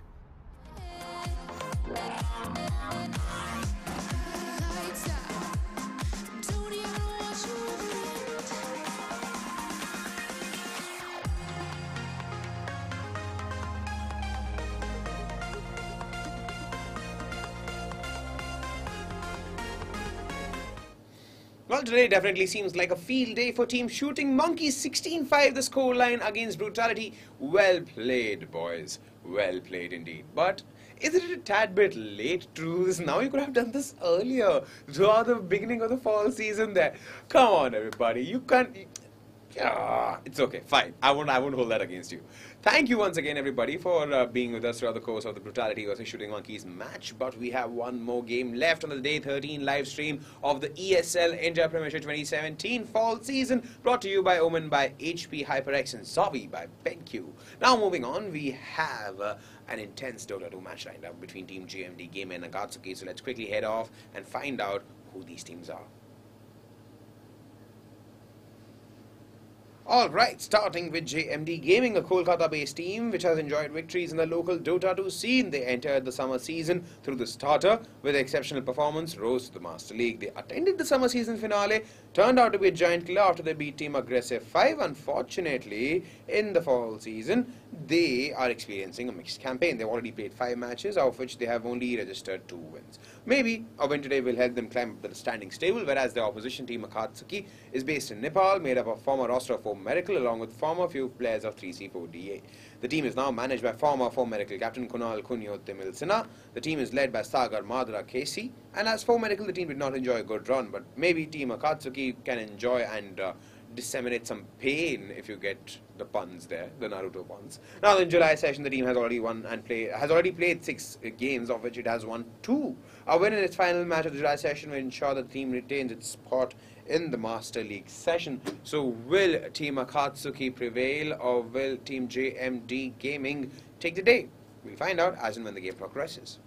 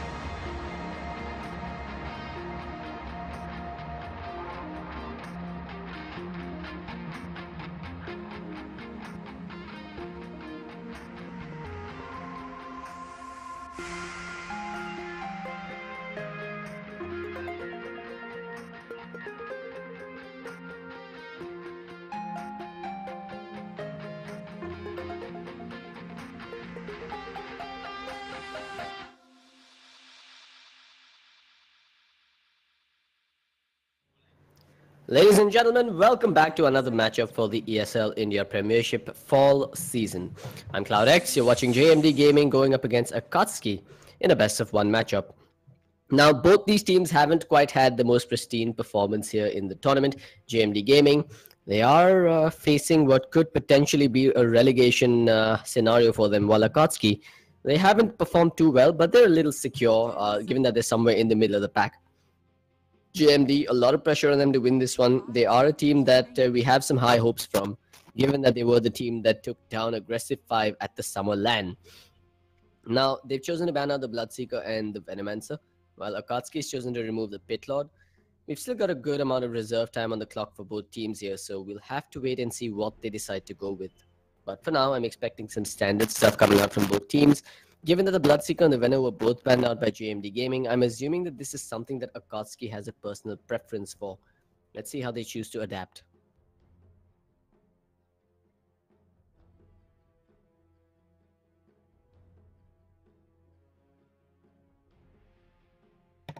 I'm going to put a quick disclaimer out there, folks. The microphone might just go mute every now and then, considering I am still suffering from the flu and I have a bit of a bad throat. Every now and then I'm going to need to stop myself to take a sip of some hot water that I've got by myself. But anyway, 30 seconds on the clock. It is a Tree and Protector ban coming out from Akatsuki. JMD Gaming, first pick on the board. Let's see what they've got up their sleeves here. Possibly a Clockwork pick, maybe that's Slaughter. The trend has been to pick up your 4 position as the first pick, but never mind that. They're going to go with the Shadow Shaman as their opening pick, thus revealing what I assume is going to be their 5 position hero. Overall, not a bad choice. This is something we've seen Aggressive 5 do recently as well. That is a hero that brings a lot to the table in the form of disables as well as pushing potential, given the Mass Serpent wards and the buffs that they got with the talent changes to the Shadow Shaman. Let's see how Akatsuki chooses to respond to this, though. They have 2 picks on the board for themselves. Possibly a Clockwork pick coming out from them here. Maybe even something wacky, perhaps, like the Lone Druid as their opening draft. Nah, it's too soon for a Lone Druid. I doubt it's going to get banned in the second phase, so if they're really gunning for something like the Lone Druid, you might want to just wait till the first phase of picks and bans is over, and then pick it up for yourselves.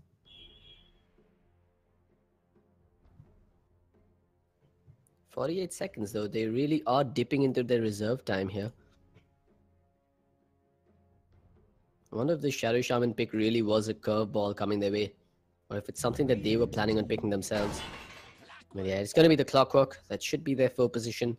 Also a possibility for that Clock to be their 3. And expect them to pick up their 5 position here, thus leaving that Clockwork pick as ambiguous.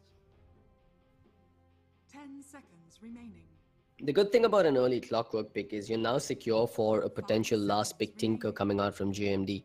They'll have the Rocket Flare and the Hook Shot to catch the Tinker once he jumps into the trees, and they shouldn't be too worried about banning him out either.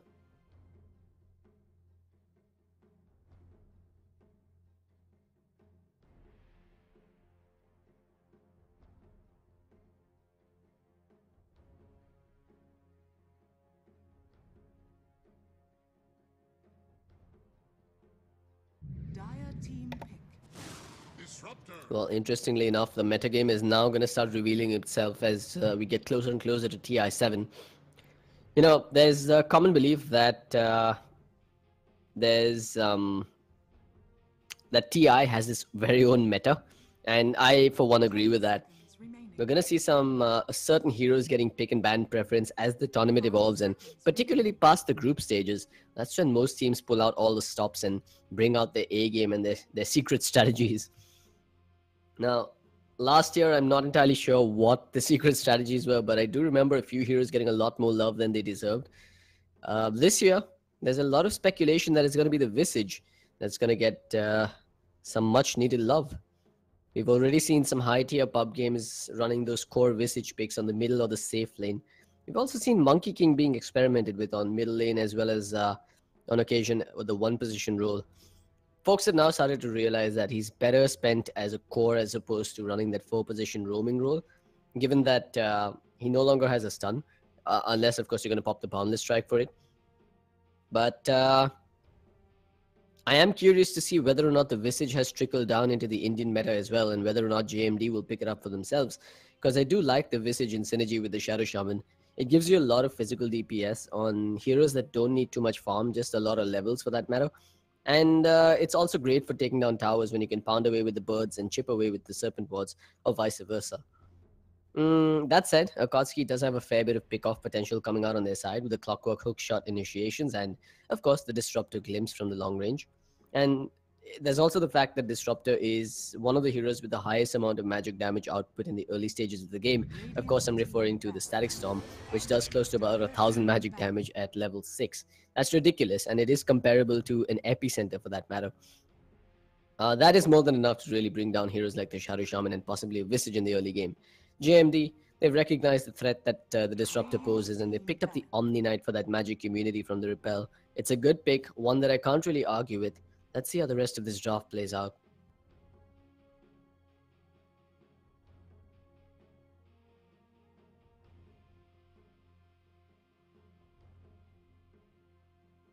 Seconds remaining.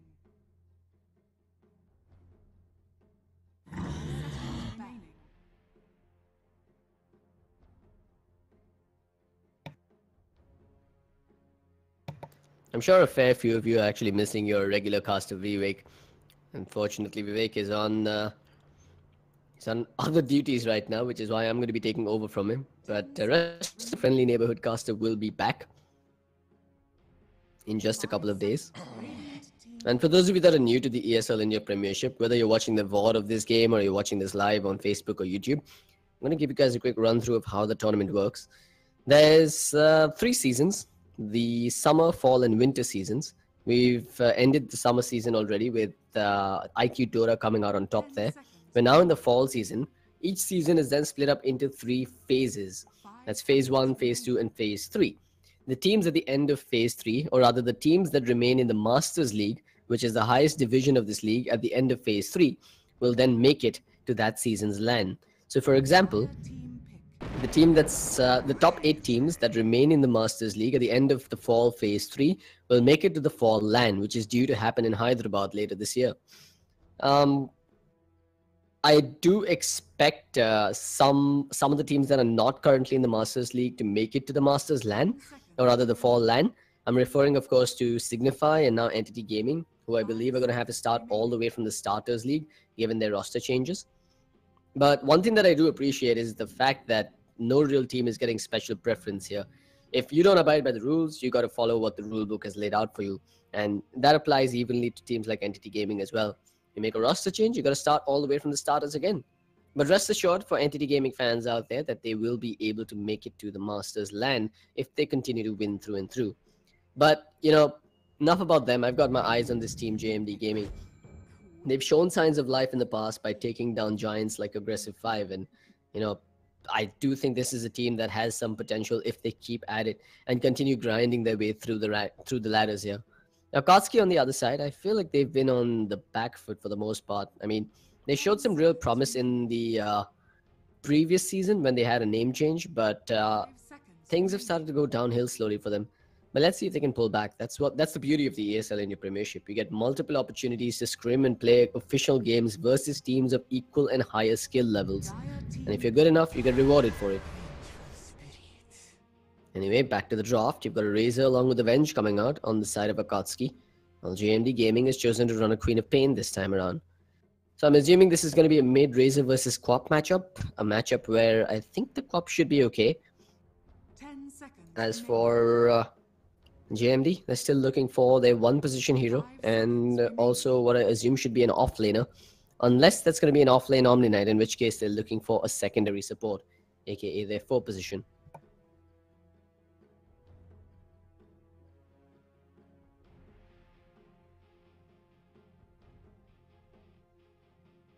Radiant team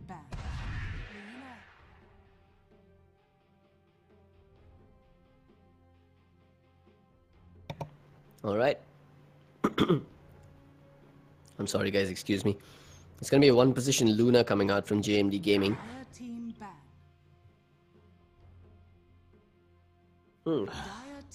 They've still got plenty of push potential here with that Shadow Shaman and the Luna. I mean, of course, Luna with the sieging potential once she gets the Dragonlance Manta style, and Shadow Shaman with the Serpent Wards on the front lines. You've also got to worry about the repel being thrown on the Luna while they're sieging, thus nullifying everything that the Disruptor has to bring to the table. I like this draft coming out from JMD. It's one that has a lot of pushing and sieging potential. And with this last pick Pudge, wow, they've actually got a lot of roaming and ganking potential as well. Not bad at all. Now, I assume this is going to be a dual lane with the Omni Knight and the Pudge on the off lane. And then you run the Luna and the Shadow Shaman in the safe lane. If Akatsuki recognizes this, they might do well to run an offensive tri-lane of their own with the Razor, Vengeful Spirit, and the Disruptor. But yeah, it is going to be a Puck pickup as their final one. So this isn't a core Venge. They do have the potential to run an offensive tri-lane here. Alternatively, they could just run this as an off-lane Puck and then a mid-Razor. And then still run it as a core Venge.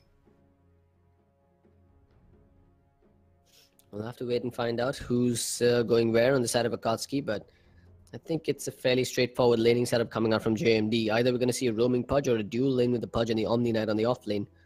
Either of which I can agree with in this game.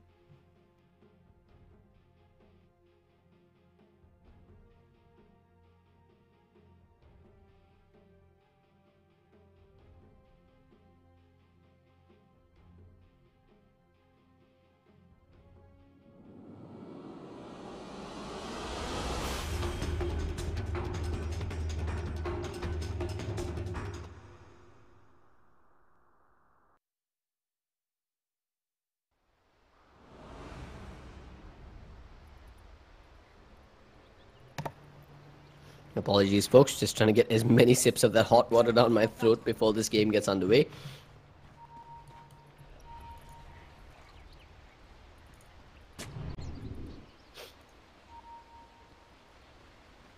Alright, let's start off with a quick introduction of both sides. You've got Puck, going to be handled by... Wow, that's a hard name to pronounce. Omanepembe? Omanepembe on the Puck. You've got Vengeful Spirit in the hands of Itachi Uchiha. Razor is going to be handled by Madara. Axel will be playing the Clockwork. And that puts See Yourself on the Disruptor. Meanwhile, for JMD Gaming, Mamacita, former stand-in 5 player, going to be handling that Queen of Pain. It's going to be Shadow Shaman played by Say My Name. Mino going to be playing that Luna, while Omni Knight is going to be in the hands of Zeus. And that puts Pudge in the hands of Smoke. Looks like they're running a standard support Pudge here.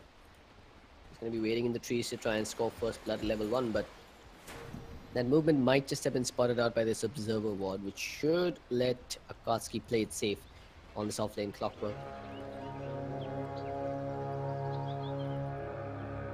Middle lane, the Puck versus Quap matchup is a fairly straightforward matchup. I mean, it's a matchup that could go either way. Really depending on whether or not the Puck can use his phase shift skillfully to dodge every single Shadow Strike that the Queen tries to throw at him.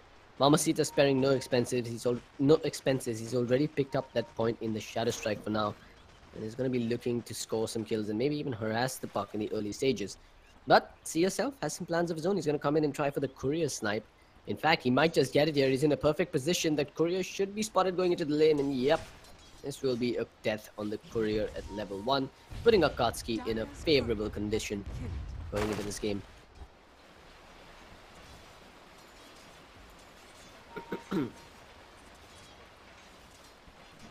On the top lane, Pudge. You have the Shackle to start things off on this Clockwork, but remember he's got a point in the cogs. The Illusion Beam was there. Now going to get some damage off on him, but this isn't going to be enough to score a kill. Smoke is just going to have to back away. Akatsuki Axel will survive, and the status quo remains with Akatsuki in a minor lead on account of that Courier Snipe. Meanwhile, Omni Knight, he has a point in the Purification and does manage to heal himself up, but he's taking quite a few hits here from the Venge and the Disruptor. No real harm done. I mean, he had the Tango along with that Iron Bronze, so the double regen does kick in.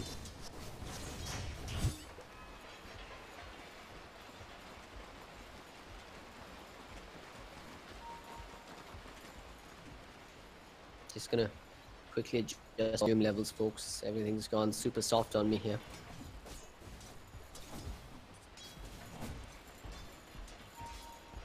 I don't know about you guys, but I hate watching or playing Dota without listening to game sounds.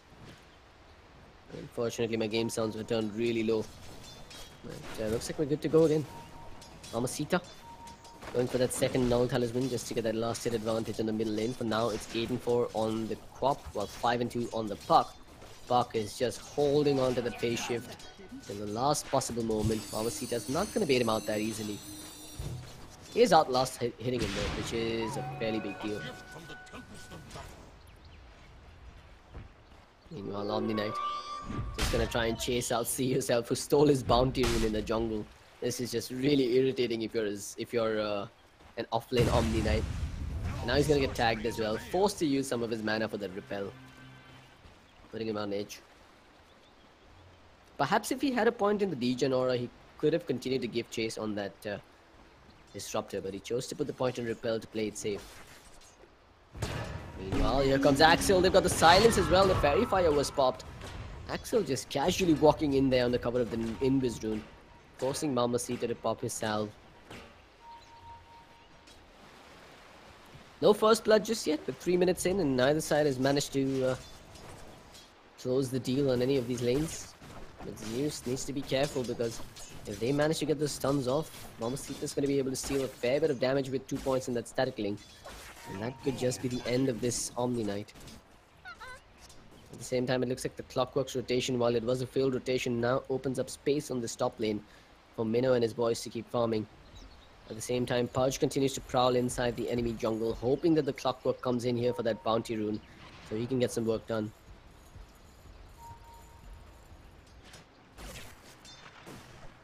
There's the Ringo Killer finished up as well on Madara. Unfortunately for him, no points in the plasma field to make the most of it. Meanwhile, Shackles on top. This could be Axel's death. Pudge comes in from a good position, has the hook if he wants to fire it, fires and finds the mark, and gets the kill with the rot. I believe he smokes, scoring first blood, and JMD will start to pull further and further ahead. No return kills coming out on the enemy off lane though. Akatsuki playing it safe for now.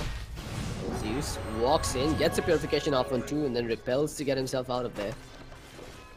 He's just being a bit of a nuisance here in this lane. And he can't afford to, given that he's got the clarities and that the shrine is going to come online in just 50 seconds time.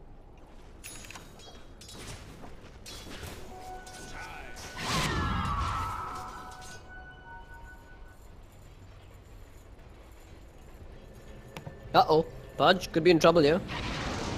They had the glimpse, they will send him back, but he's a bit far off here. Even the Venge is deeping in. A lot of space has been created by this Pudge already, and I think as long as he can keep this fight going, or this chase going for a while, it'll be worthwhile even if he ends up dying after this. He will walk into the Venge. Venge tries to get the magic missile, finally gets it off. Axel has the cogs, doesn't quite need to pop them. That'll be a death on the Pudge, with 3 heroes rotating towards him.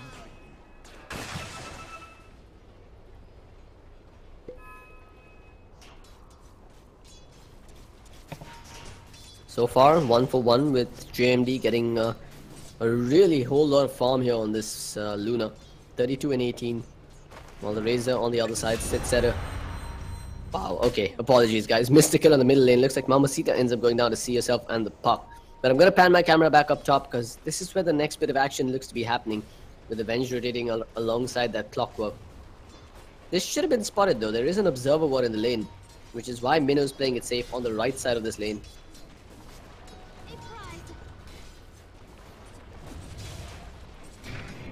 The magic missile, Axel unable to get in position. Shackles not being used to perfection there. In fact, Axel takes a hit with the Lucent Beam and is forced to make a break for it.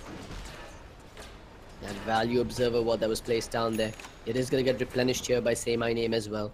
They're going to real painstaking lengths to keep Minnow alive and farming. And quite rightly so as well, as the Omni Knight is doing fine on the top lane himself. He's got up to level 5. Hasn't died just yet. 2 full levels over and above that Clockwork on the other side of the map, who's even tried to make rotations. I'm not entirely sure what's happening here or why the creep wave is so close to Zeus's tower. Perhaps it is, I guess it's because both the supports rotated towards the top side for that Pudge kill. That did end up giving the Omni Knight some free farm time on this bottom lane. Stand in the face of that Razor. Top. Are we going to see Axel going down against Smoke? Aiming for the hook. Can't quite find the line. Now he's got him in a choke point and gets the hook off. Has that Lucent Beam to back him up. And that'll be a death coming at the hands of Say My Name. JMD. They're looking for more. They have the shackles and do manage to catch out the Vengeful Spirit there by herself. Minnow with the Lucent Beam. But he's taken a lot of hits under the tier 1 tower. He will be forced to back off for now. Meanwhile, Clockwork rotates back into the lane, but he's a tad bit too late after that death. He's still falling further and further behind in terms of EXP.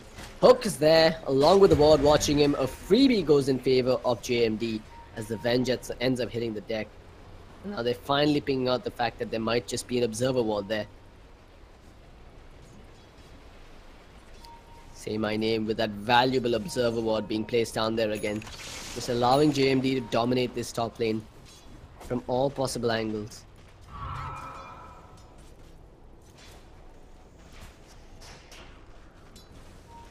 Meanwhile, at the bottom lane, Zeus up to a comfortable level 6 with 3 points in the Purification and 2 in the Repel.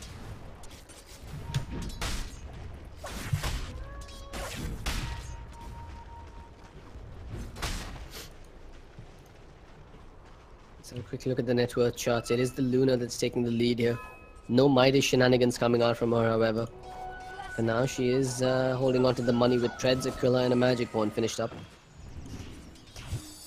Meanwhile, at bottom, the Quap has rotated. A Sonic Wave gets whiffed on account of the hook from Smoke, but so far, so good for JMD. They score a kill on the 1 position of Akatsuki now, making the scoreline 4-2 in their favor, with no real trade-offs coming in favor of Akatsuki. That is a level 8 puck, however, and he does have the DD rune at his disposal, which might force him, which actually might be incentive for him to make a rotation somewhere and make some plays.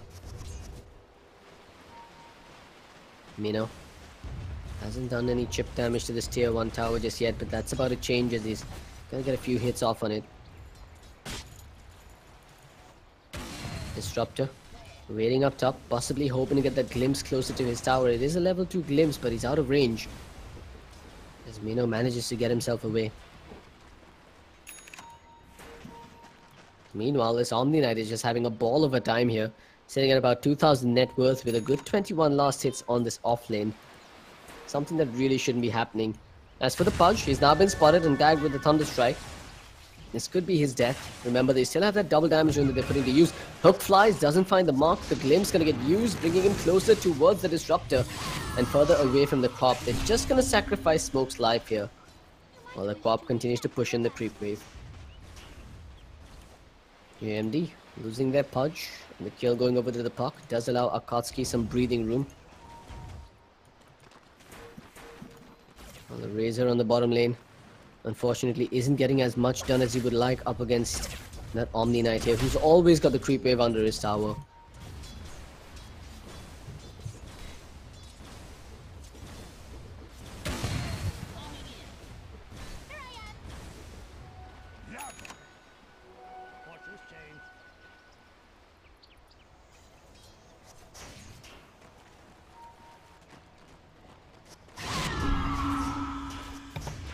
Mamacita. I don't think you should consider blinking forward here. Given that there's a dream coil on that puck, that would have been a bad idea.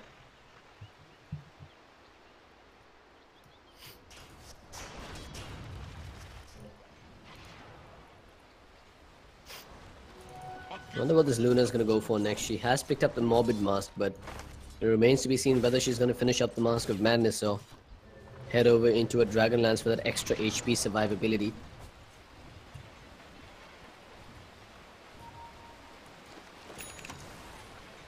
Over on this top lane, it does seem like they're grouping up to take a tower here or take some objectives. They can start things off with a Hex on that Clockwork. Smoke should be able to find a successful hook to start the fight. There's more TPs coming in. It's going to be the Venge joining them to back this up, but the wards have already been dropped. You've even got a TP coming in from the park who gets hooked away. The Dream Call's on 3. The Glimpse is there. Minnow starts off with the Eclipse, but the Static Storm is there and is beautifully placed. Akatsuki gets themselves 2 kills. It's been a 5-man rotation for this. from both teams, in fact, as Smoke and Zeus are going to make a run for it from the north side. The Pop is trying to come in from the bottom, goes over towards the puck, gets the kill, and turns around and looking for more, fires off the Sonic Wave, connects onto 2, doesn't have enough for the blink just yet, is taking quite a beating, chooses to just fight her way through. The Purification helps her survive, and then she blinks down to the south with Smoke and Zeus coming into the fray again. They're going to get the Rod kill on Itachi, leaving him behind while the Hook pulls back the Disruptor. JMD Gaming, they've salvaged that situation, and how? Turning a terrible fight into a terrific one. Getting themselves 4 kills for the price of 2. And while it did cost them their Luna, it still ends up being worth it. Especially given that they took down the top tier 1 tower and have started to do a bit of chip damage on this middle tier 1. But Clockworks here has the hook shot. Chooses not to go in though. So that would have been suicidal.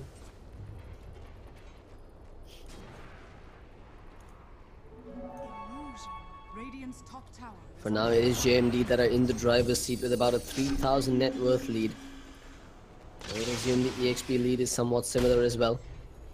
Pudge, his shenanigans are being watched by this Radiant Observer ward out here.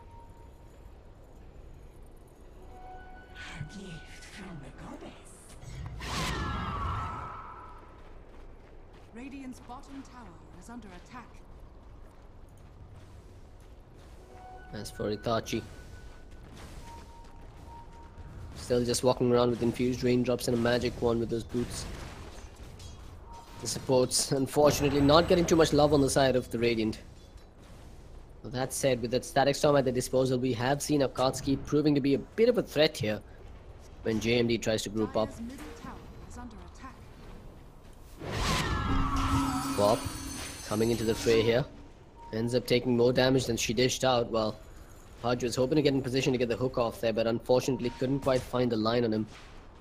For now, it is JMD that are looking good. They've got themselves a fair bit of farm going on this Luna. She's finished up that Mask of Madness, thus accelerating her farm rate further, while the rest of the team groups up towards the bottom side to try and create some space.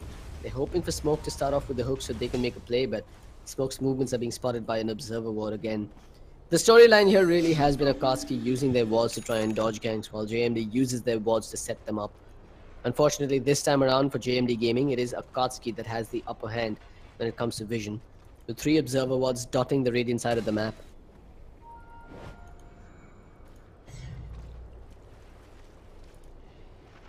Meanwhile, the Razor still struggling to get his items online, walking around with just phase boots and a soon-to-be complete Drums of Endurance.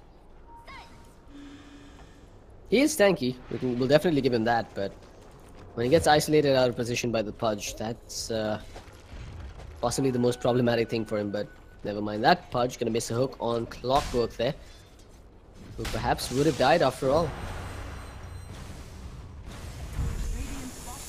Serpent wards dropped again. This is the right thing to do for JMD Gaming. Just group up and take objectives as and when the Serpent wards are available once again, while looking to start team fights on your terms with the Pudge meat hook.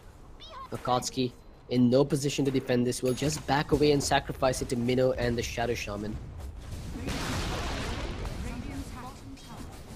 This will further augment the net worth lead in JMD's favor, while the Queen of Pain continues to use this free time to continue farming on this middle lane. But here comes Akatsuki. They're going to drop down the Static Storm, catching only the Luna. They did end up trading 1-for-1 with the Pudge going down for the Disruptor. Now the Repel shrugs off most of the damage on Minnow via that Static Storm. Here comes Mamacita with the Haste Rune activated, goes forward, gets the Scream, has the Sonic Wave that is taking a lot of damage on the front lines, needs a heal coming out, but the hook shot stun was there. The Purification comes through, the Sonic Wave gets unloaded, but no one really dies on the back of that. As JMD just walk in there, completely unprepared for Akatsuki's turnaround, and get punished for it with a death on the Quap. In fact, there might be more deaths here as the Puck is looking to chase, but unfortunately doesn't have a Dream Call to work with to hold that Shadow Shaman in his tracks. Silly stuff coming out there from Mamacita, just getting overzealous there on the back of his rotation. Instead, he could have just spent his time pushing down this middle tier 1 tower.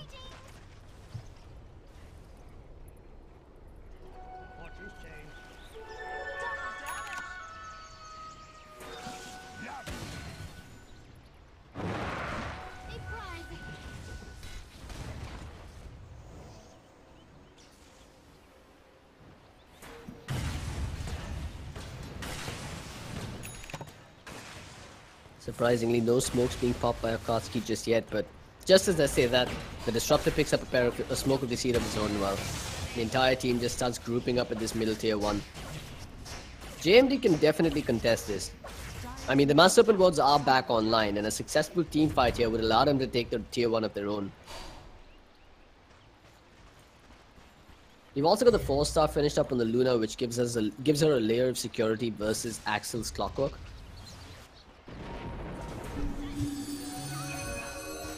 And that Puck Blink Dagger is definitely going to start causing problems. The one thing that Akatsuki has going for them is insane amounts of initiation potential with the Puck, Clockwork, and the Disruptor. In fact, they're going to try and put that to the test right now, but the Quap blinks back into fog, thus avoiding a potential glimpse into a Static Storm.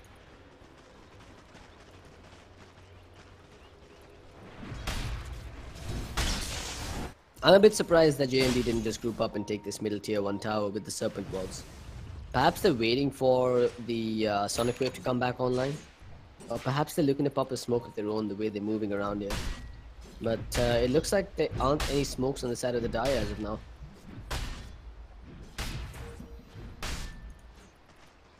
We're seeing some markings being made towards that middle tier 1. Which leads me to believe that Akatsuki might be grouping up to take a tower of their own. And strangely enough, there's a farming Pudge on the bottom lane inside the enemy jungle. In fact, they've spotted him and are looking to make a play with the Puck at the ready with the Dream Call good to go. Smoke.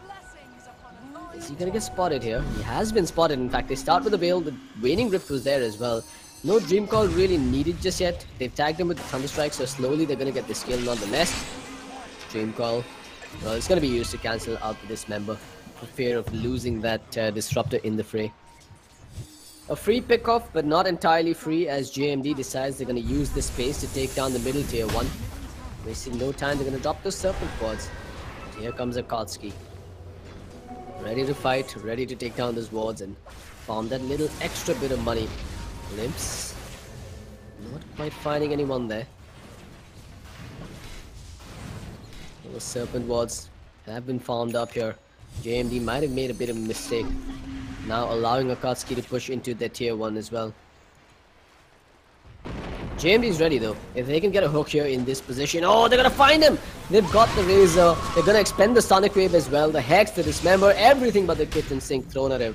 As the Shadow Shaman will be the one to get the kill.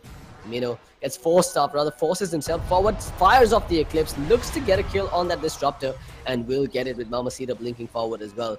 2 down on the side of Akatsuki. They lose their 1 position and they lose their 5. And they end up losing their tier 1 at mid as well on the back of this.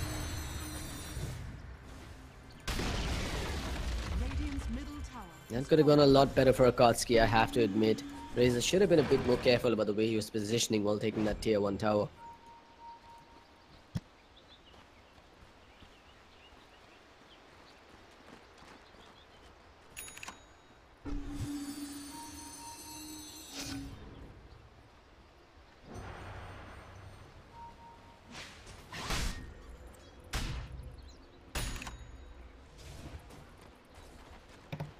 Mino, now with the full Hurricane Pike finished up, in a much more comfortable position to take team fights, especially knowing that there's a level 4 Repel ready to go at his back, and a backup 4-staff on the Omni Knight as well. Great itemization coming out from JMD, they're just getting 4-staffs all around the board. One for the Pudge, almost complete as well.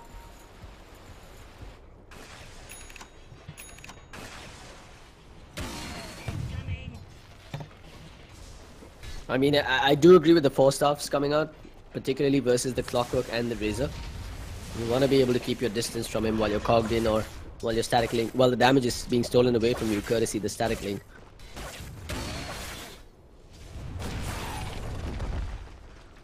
But I think it's go time again for JMD. They've got the Mass Serpent Wards online, 40 seconds till the Eclipse is back. They can definitely contest this tier 1 at the bottom. In fact, they know this. They're going to start moving in with Smoke making his appearance first. Akatsuki doing some damage on this tier 1, but there's no fortification. Hook finds the Clockwork all the way behind. Blade Mail, Glimpse, Swap, everything being thrown there. But it is going to be the Venge that's in a sticky situation now. While the tier 1 tower does go down, Itachi is going to try and TP out, but he's going to get dismembered. No, the Hook even whips. JMD making a bit of a mess there, but Mamacita comes in with the Yules to set things up. They do have the Shackles this time to cancel out the other TP. as they end up scoring a return kill on the Disruptor. But they do lose their tier 1. Looks like they're pinging Roshan now. They're gonna first push out the middle lane with Mamacita's Scorp and then go into the rush pit, but Mamacita could be in trouble here. Nope, never mind. He's actually going for that tier 1 tower. Hook shot. Never mind, I might have just spoken too soon, but the Yules, oh, it's been used perfectly. Cancels out the silence and allows the Quap to jump back. That's 2 ultimates wasted on the side of Akatsuki, a tier 1 tower denied at the middle lane, and pressure being applied consistently on the bottom tier 2, with Mass Serpent Wards being expended.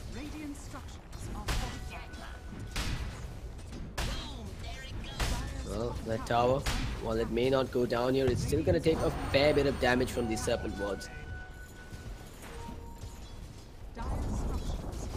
But trust the Venge to be in position to farm this up, but no, the Venge has been baited and gets hooked away by the Pudge.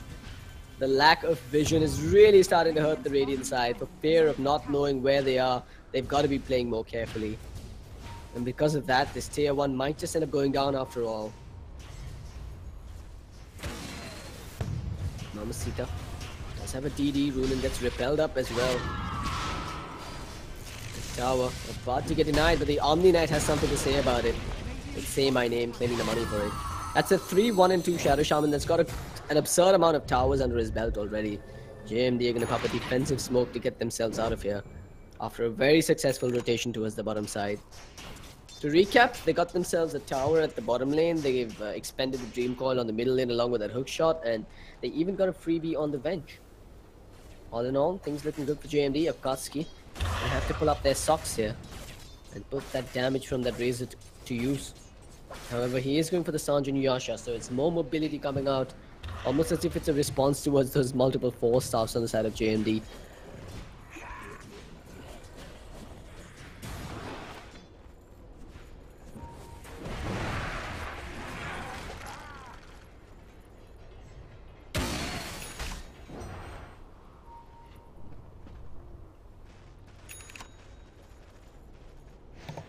Close shave there for the Clockwork.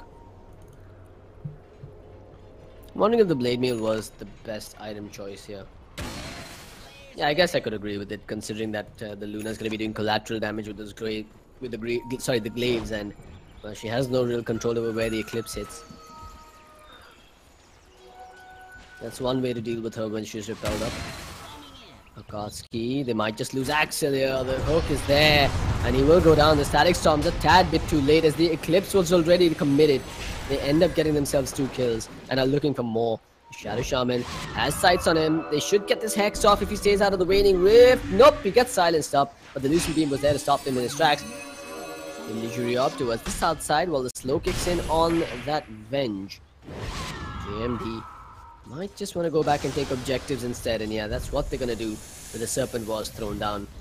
This will be another tower taken out. No Static Storm to work with even after this Disruptor respawns. And thus Akatsuki are left with just 1 remaining outer tower here. And they might even end up losing Roshan here. Minnow is fairly capable of taking down Roshan, especially with backup from the Shadow Shaman and his disables. They've also got a mech finished up on Zeus's Omni Knight.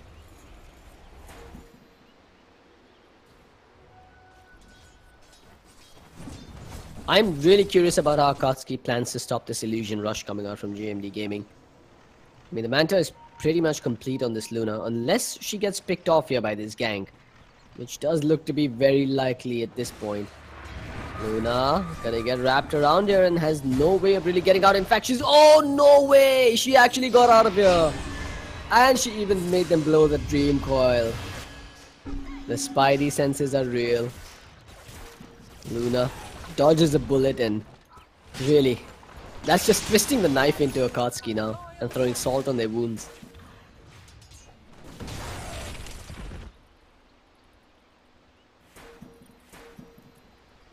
Manta style complete.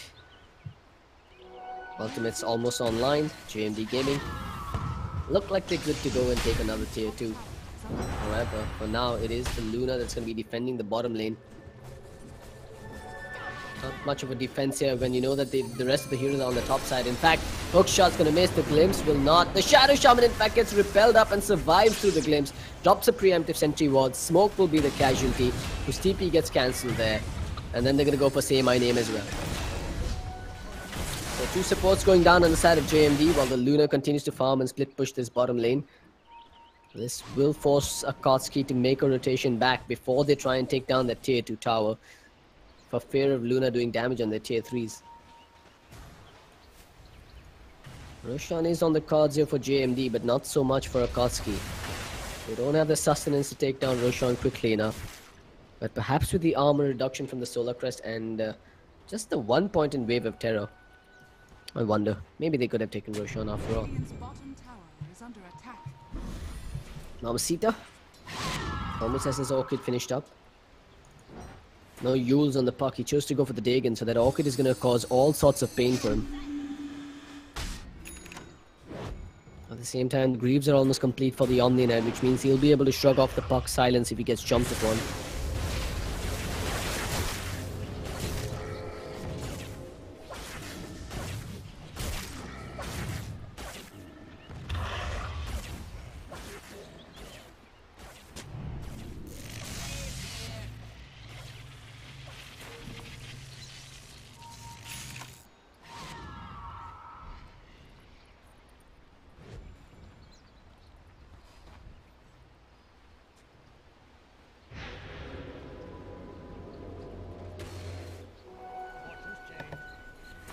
Well, it's fairly evident that the Luna is just going to be skipping that BKB this game,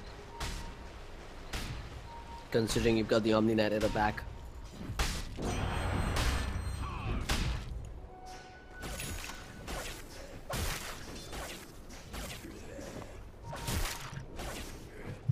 I'm glad that Akatsuki's puck is choosing to go for the Lincolns instead of upgrading that Dagon here. Probably recognize the threat that the Orchid is going to pose. They got the top tier 2, in fact, without even needing to commit the Mass Serpent ward, so they're ready to take Roshan or high ground, depending on how this next maneuver goes. Looking at Akatsuki moving in here under cover of a smoke. Instead, they've gone in on the middle lane. The Quap does have the Yules to work with, even has a regen rune. She's going to be fine for the most part, but from behind they've come in with the Eclipse expended. Nobody dies just yet. While they do get the glimpse off on the Quap, she's finally going to end up going down. It'll be the first kill in favor of Akatsuki, and the second one could be theirs as well, as JMD is going to end up losing to Zeus. Or rather, Omni Knight played by Zeus. More kills coming their way here. They're going to get chased or to Say My Name. He's going towards the right side, baiting them towards him while he ends up dropping. Or does he? Yes, he does. Madra will be the one to get the kill. Meanwhile, behind, here comes the Luna back into the fray, getting a kill on the Venge, but it's only a Venge. She's gone back to the shrine and tries to fight her way through with the lifesteal. Here comes the Pudge. The damage is being stolen away. Mino needs to run from here and Smoke needs to bait. The 4 staffs are there to try and make a break for it, but Mino, he's still being chased. Akatsuki, they have the Dagon as well as the Rocket Flare. They end up team wiping JMD on the back of a sloppy movement coming out from them. They're the ones that were in the driver's seat, but they've gone and thrown it all away here, with Akatsuki fighting quite excellently there. And now looking to take objectives. I don't think they really are going to get objectives though. Their lineups are not really meant to take buildings at this point. Akatsuki just better off going to farm instead,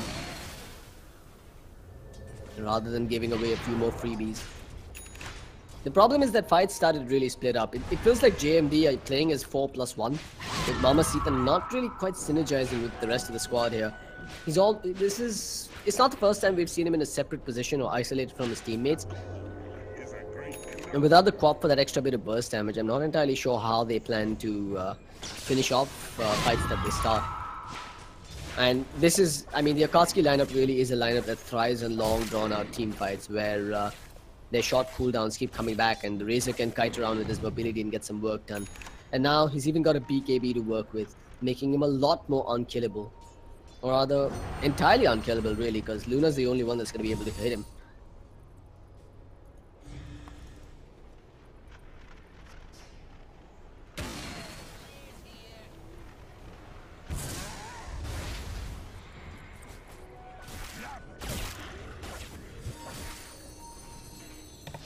Well, fortunately enough for JMD though, Akatsuki didn't really get objectives despite team wiping the JMD lineup close to the tier 2 tower. Not even Roshan taken down, neither was the tower taken down. It's still not as terrible as it might have seemed for JMD. And if they find their footing in the next team fight, they could definitely come out on top.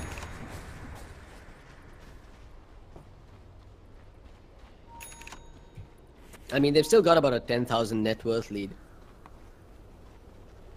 And if they can get an Aegis in the pocket of Minnow, I think they should be comfortable to keep taking fights like this.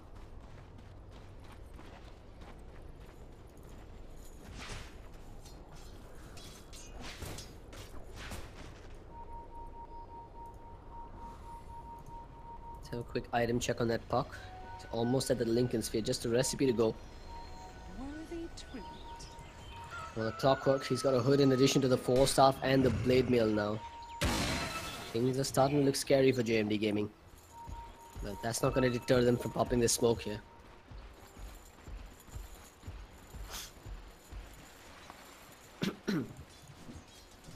Mino, gonna be the bait on the front lines here. Hoping and praying that someone comes his way. Well, smoke. Is he gonna fire off a blind hook here? Fires but doesn't find the mark. And now they know that JMD are under cover of a smoke of deceit here.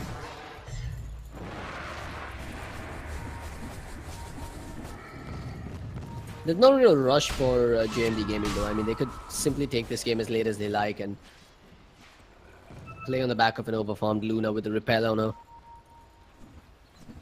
I don't think we've seen any Guardian Angels being popped successfully this game yet either. But Akatsuki, an eye for an eye, they say, as they pop a smoke and make a movement towards the top side of the map. They are going into a team that's loaded with their ults, but they're coming in from a blind spot, so they might just catch someone off guard here. In fact, if they can get the opening kill on the Shadow Shaman, that takes away a lot of the control that JMD Gaming has. And indeed, that's what they're going to go for. With the silence not coming out, the 4-star, he managed to get a little further out away, but they're still going for this fight. The Eclipse is there, the BKB's popped the Sonic Wave as well. They've got the kill on Axel, and they dismembered the Razor, but he's stolen all of the Luna's damage, and is hitting like a truck at this point, but the Guardian Angel ignores all of it, as they'll continue to fight. Another hook flies, and finds the mark of the Luna on the bench, who ends up getting taken down. The Razor with the damage still stolen and doing a lot of work. Stands his ground, mans up and gets himself a couple of kills and goes for the 4th as Luna gets glimpsed further back and will be brought down. Maldara on a wicked 6 streak wipes the floor with JMD's bodies. 4 down for the price of 2. Once again a fight that goes in favor of Akatsuki.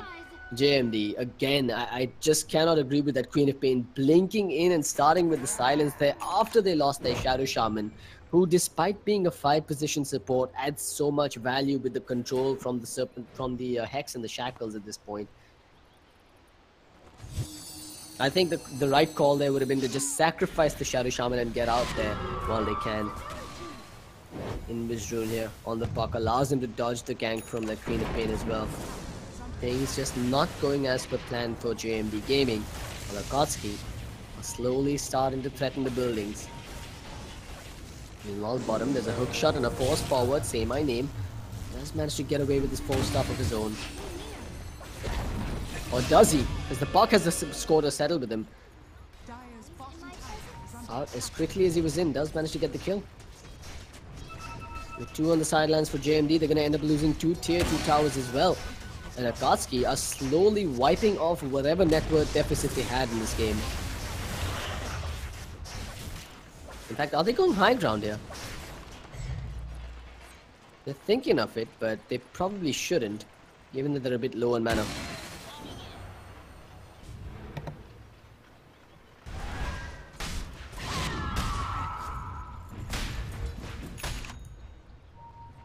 Mino chose to go for the Lincoln Sphere instead of the Scotty this game.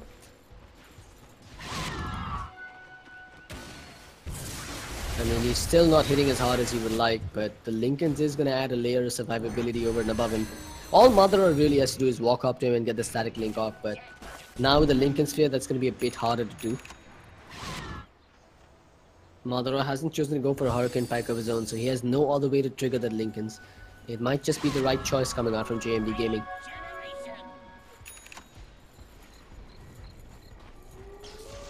Another Smoke of Deceit is at the ready, and they're going to pop it here, albeit without the Say My Name Shadow Shaman. Guess they were expecting a rush movement with Smoke starting off with a hook.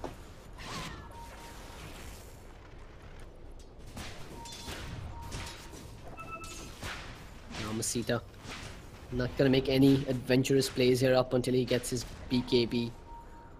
And rightly so, he needs that BKB to be able to jump in and make the plays.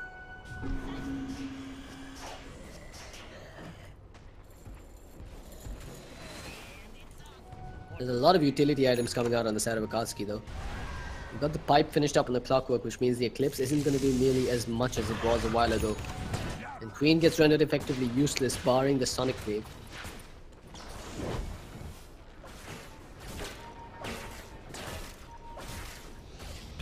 Yeah, it's still a net worth lead in favor of JMD Gaming, but it does look artificial given that Madara is basically winning the team fights for his allies. He's even got a lot of armor to work with now with the Shiva's Guard, not to mention a way to deal with those Manta illusions from Minnow.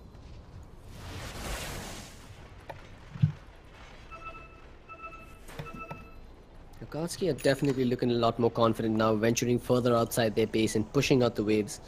But they've still got to take another tier 2 tower on this top lane.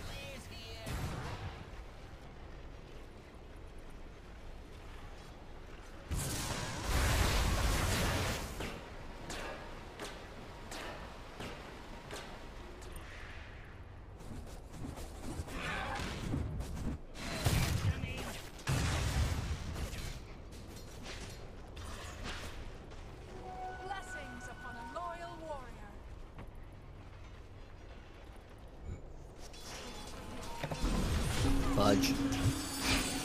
Probably gonna end up dying here.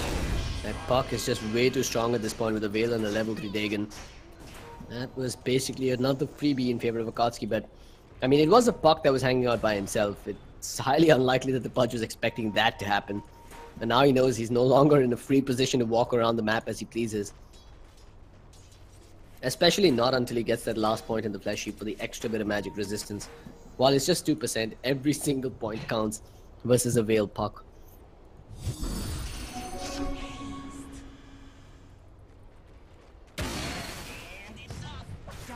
But with one down, JMD probably gonna have to just sacrifice this tier 2 tower. And suddenly both teams are all without their outer towers. This has been a comeback of, I don't want to say epic proportions, but epic throw proportions, because I think JMD Gaming have made a couple of mistakes with the Quap jumping in too hastily, which has now put them in this position. But they do have a very good defense, a high ground defensive lineup though. You can never really count out a Pudge when it comes to the potency of a Pudge, rather, when it comes to defending your high ground.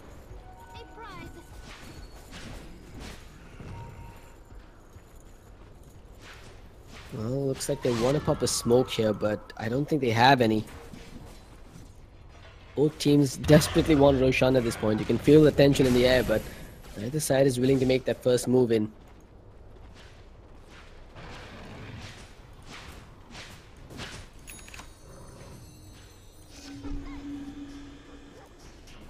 Meanwhile, the Puck, content to upgrade his Dagon all the way to level 5. That burst damage, the burst magic damage rather, is really helping his cause. And if it does go to the ultra late game phase, he could always pick up the plus 420 gold per minute talent and start building utility items like the Scythe of Vice and such.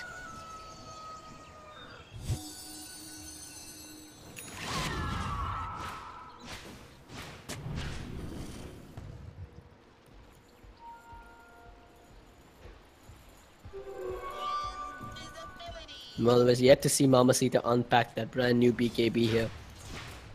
And while he's had it for a while, we haven't seen him put it to use just yet. Let's see if he gets an opportunity anytime soon.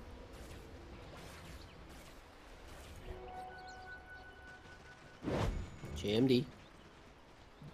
Not getting enough on that Luna just yet. I mean, she's picked up, she does have a good 4.5k gold in the bank, but it's not enough to finish up the entire Skadi.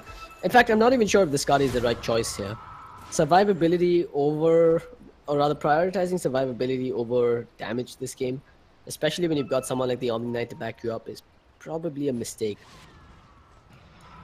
I think the Butterfly would be the item of choice here for her. In fact, that adds some survivability as well in the face of the Razor. It doesn't look like he's going for an MKB, but instead for an Aghanims. But I guess the Aghanims, one could argue that the Aghanims works well versus the Butterfly as well. Guaranteed physical damage, courtesy that Eye of the Storm. Nonetheless, it will be Roshan taken down by Akatsuki, and Madara will be the one to hold on to the Aegis. Perhaps Akatsuki puts that Aegis to use by going up onto the high ground. They're the ones that have now taken a slight net worth lead.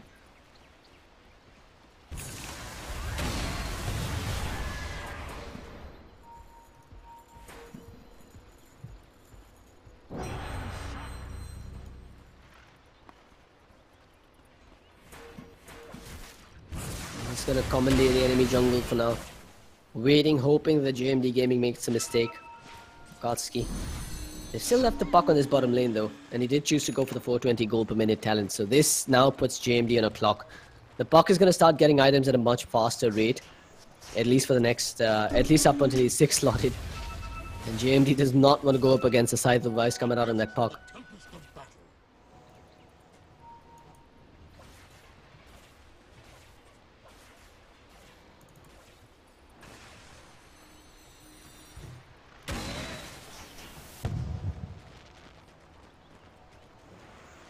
They tried to push out all 3 lanes. Unfortunately, Minnow, he's got onto this plan and starts pushing out the bottom lane himself. Even Hurricane piking forward, keeps a TP on him for good measure. Good choice. And the push is coming at mid. The Ags on the Razor, still about 500 gold to go. Ooh, the hook almost finding Axel there. That might have been the initiation that JMD were looking for, if they could have got that hook off. In fact, they're going to go fishing for the Disruptor, and they'll find him. Oh, this is perfect for JMD Gaming. They get a freebie, stalling the push coming out from Akatsuki, forcing them to now go back to deal with Minnow's illusions that have pushed through this bottom lane. Akatsuki just not respecting the power of that Pudge in this late game stage. Well, this buys them a good 47 seconds. JMD Gaming might want to consider popping a smoke now and making a play. In fact, they are grouping up here and they have a smoke on the Pudge. They'll pop it soon enough and make a move towards the bottom side. Even a kill on the Venge at this point would be welcome. That'll open up some more breathing room while that Aegis starts to time down on the Razor. They are going towards the bottom though. They want to pick off the puck instead. Nope, they're going to find the Venge and they'll be happy to take this kill on her. Shouldn't really bother too much about saving spells. That's another 50-second window that's been opened up, or rather 50 seconds that have been shaved off the Aegis timer, where Akatsuki could have pushed. JMD slowly clawing their way back into this game. Minnow. He does have the money to pick up the Skadi if he wants to, but he's still debating whether or not it's the right item choice. 7,000 gold in the bank. Nope, looks like it is going to be the Skadi after all. No, it is the Butterfly. Good choice.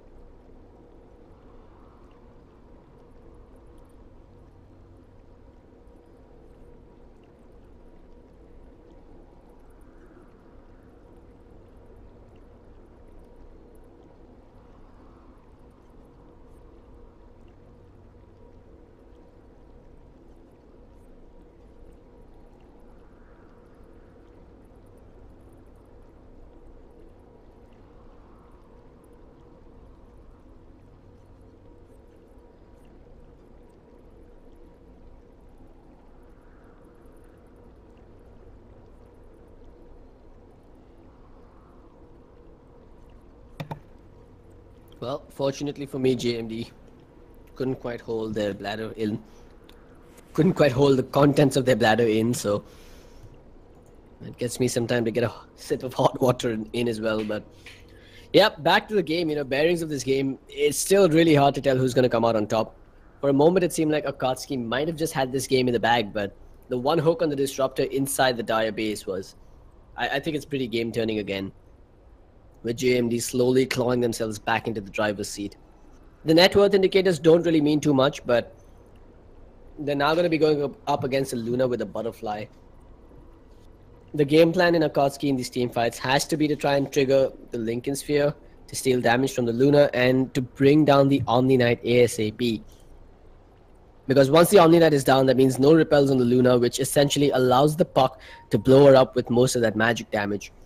And if they can steal away the damage from the Luna in the meanwhile, I think they'll find themselves in a very cushy spot on those team fights with no one to really dish out the hurt.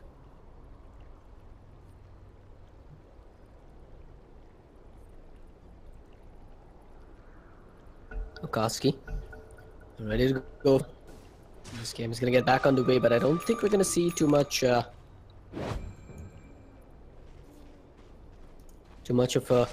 an engagement coming out anytime soon. I think JMD are just going to play it safe. They managed to shave off a fair few seconds off of that Aegis.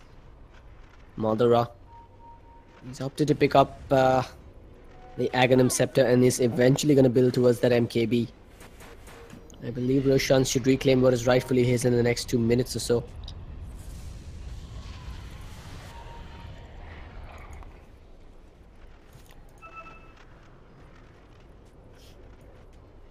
Up top, Puck walks around with another bottle up in this room and is slowly inching towards that Scythe of Vice.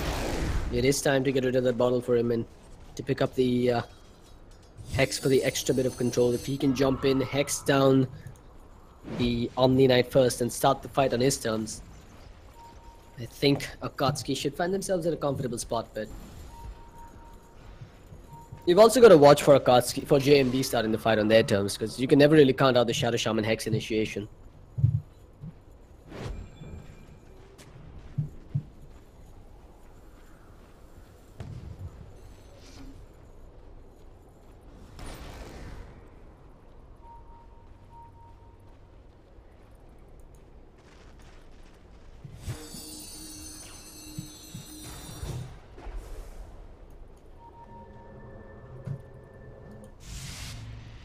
Akatsuki, meanwhile, continues to chip away at buildings and observers. Not really getting too much done just yet. Both teams just retreating inside their shells. This game it's one of those, you know, where, I mean, without sounding too condescending or insulting, it's one of those where both teams are too afraid to make a move. Neither side really knows who has the advantage, and neither side is willing to overstep and make risky plays. In a high-tier game, I'd probably say that this is when smoke usage would have been of paramount importance. The team with the smokes should be going hunting the team without the smokes, but in this case, despite both teams having smokes, neither side is willing to make a play at all. Or rather, the Dire actually might be out of smokes here. Uh-oh, Itachi, walking on thin ice here, has managed to reveal a lot of positions. In fact, the Puck is the one that's going to be spotted forward, but no kills just yet. And again, the status quo has been maintained.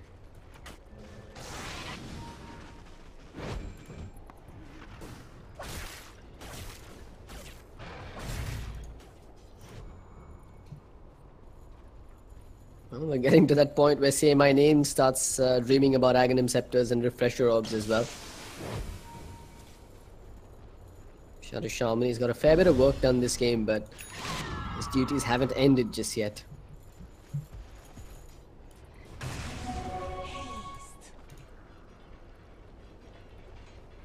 Axel going for the halberd. Good choice. Another way to disable the link and then, not to mention, minimize the damage output coming out from Minnow. Minnow's chosen to eliminate that Mask of Madness, by the way, leaving just the Morbid Mask in his stash.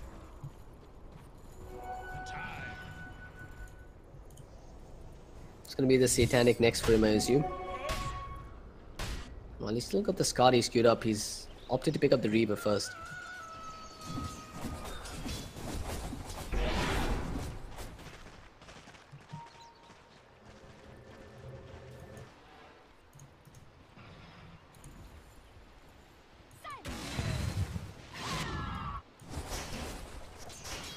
Puck, meanwhile, every time we look back at it, Puck is the new alchemist, guys. Every time we look back at him, he's going to have a new item. And this time it's the Scythe of Vice. He's got his BOTs up as well. Might want to consider upgrading them. Maybe it's time to get rid of the Veil of Discord too. But I'm not entirely sure what he picks up in exchange for that Veil here. Maybe an Aghanim Scepter, but yeah, I mean, an Aghanims wouldn't be terrible, given that the coil duration will go through that repel. Hook, gonna get dodged. Puck, gonna blink forward, down, and will survive. Shape for him indeed there. Well, Quap opts to pick up the Shiver's Guard. New items coming across the board, but neither side willing to put them to the test just yet.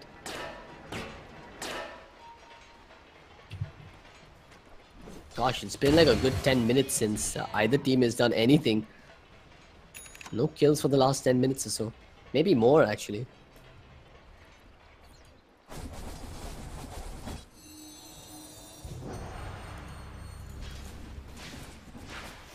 Satanic finished up on the Luna. She's still looking towards that Scotty. Yeah, I think it's time to get rid of the Hurricane Pike, but then you're left susceptible to the Clockwork, which is never a good position to be in.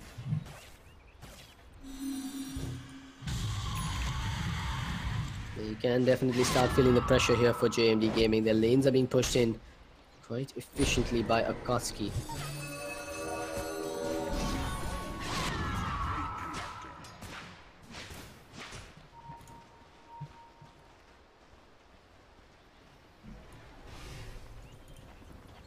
Meanwhile, Smoke still aiming for that Glimmer K for a while now. He's got his Ether Lens in addition to the 4-star.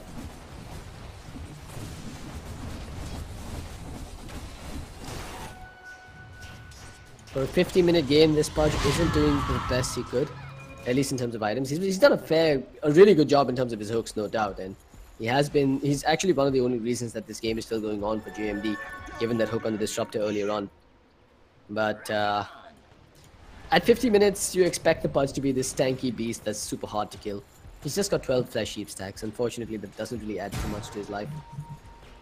Well, up top, Hex, Dagon, everything being thrown at the Queen of Pain's head. Well, Puck continues to keep the momentum going. Nobody making any big plays just yet. Wonder if anyone is waiting for their next big items. I mean, the Razor's going for the MKB. In fact, he's bought out the full MKB without keeping the money for the buyback. Well, the Luna, meanwhile, that butterfly now gets rendered almost useless. That's a timing window that you have to make the most of. Once you get a butterfly, you've got to go in before they get True Strike on them.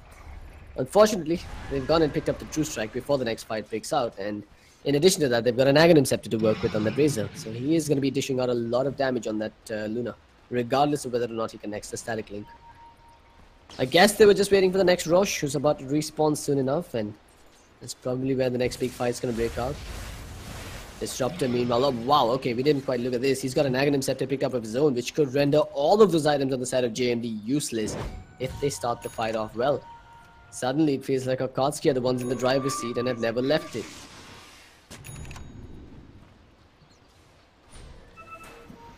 Well, Roche is back. Meanwhile, Puck is skirmishing it out here with the Quap. No harm, no foul, just a couple of Yules and spells being thrown out while Smoke is rotating in from behind. The Puck has done a fair bit of damage on the Quap, but now needs to make an escape here. Has to be careful, gets hooked up. The phase shift was there, the waiting lift is available, and he needs to use it in time. The Dream Coil gets dropped, he jumps away to his illusory orb and manages to survive for now. Meanwhile, can't say the same for the Venge. Venge could be in a bit of trouble here if they land a hook, but the hook is gonna go haywire. All of this is just space though. Akatsuki will use this time to go into the pit and take Roshan. And while the pings are coming out from JMD Gaming, I wonder if they're going to make it in time, given that their smoke is still flying out to them on the courier. Yeah, this Roshan's probably going to go down before they can get to it. It's going to be close, actually. Nope, they're just not going for it. They've given up on Rosh. So the Aegis now picked up on the Razor. He's got no boots to work with for lack of inventory slots. While the Cheese is being held on to by the Disruptor. No slots on the Puck to hold on to that one either.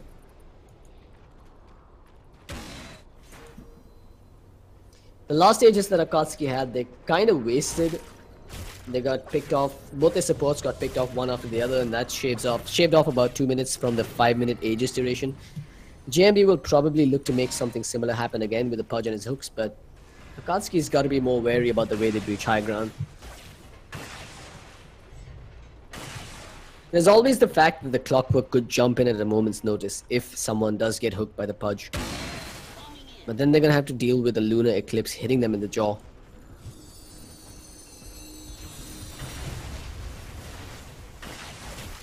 Madara, gotta be careful. Hook again finds the Disruptor of all heroes. It's almost as if we've seen this movie before. That was a really long range hook though, I have to give it to them. Another hook, this time it'll find the Venge. This is the exact same thing that happened the last time around. Disruptor first, Venge next, and that's a full minute shaved off of the Aegis time. In fact, this time they're going for more. Nope, that was just Akatsuki actually using a defensive hook shot out. While the puck did get some damage done on the tier 3, it's just not enough to justify the death on these two supports, while the Aegis is still being held on to.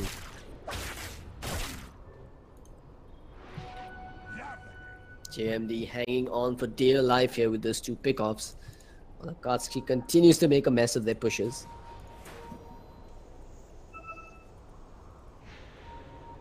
Well folks, now might be a good time for you to get some refreshments and some hydration. We are in for the long haul. This is 55 minutes and no signs of a clear winner just yet. Well, Akatsuki is holding on to the Aegis and the cheese for now. They've shaved off a full minute from that Aegis timer. And all three lanes are now starting to push in from the dire side.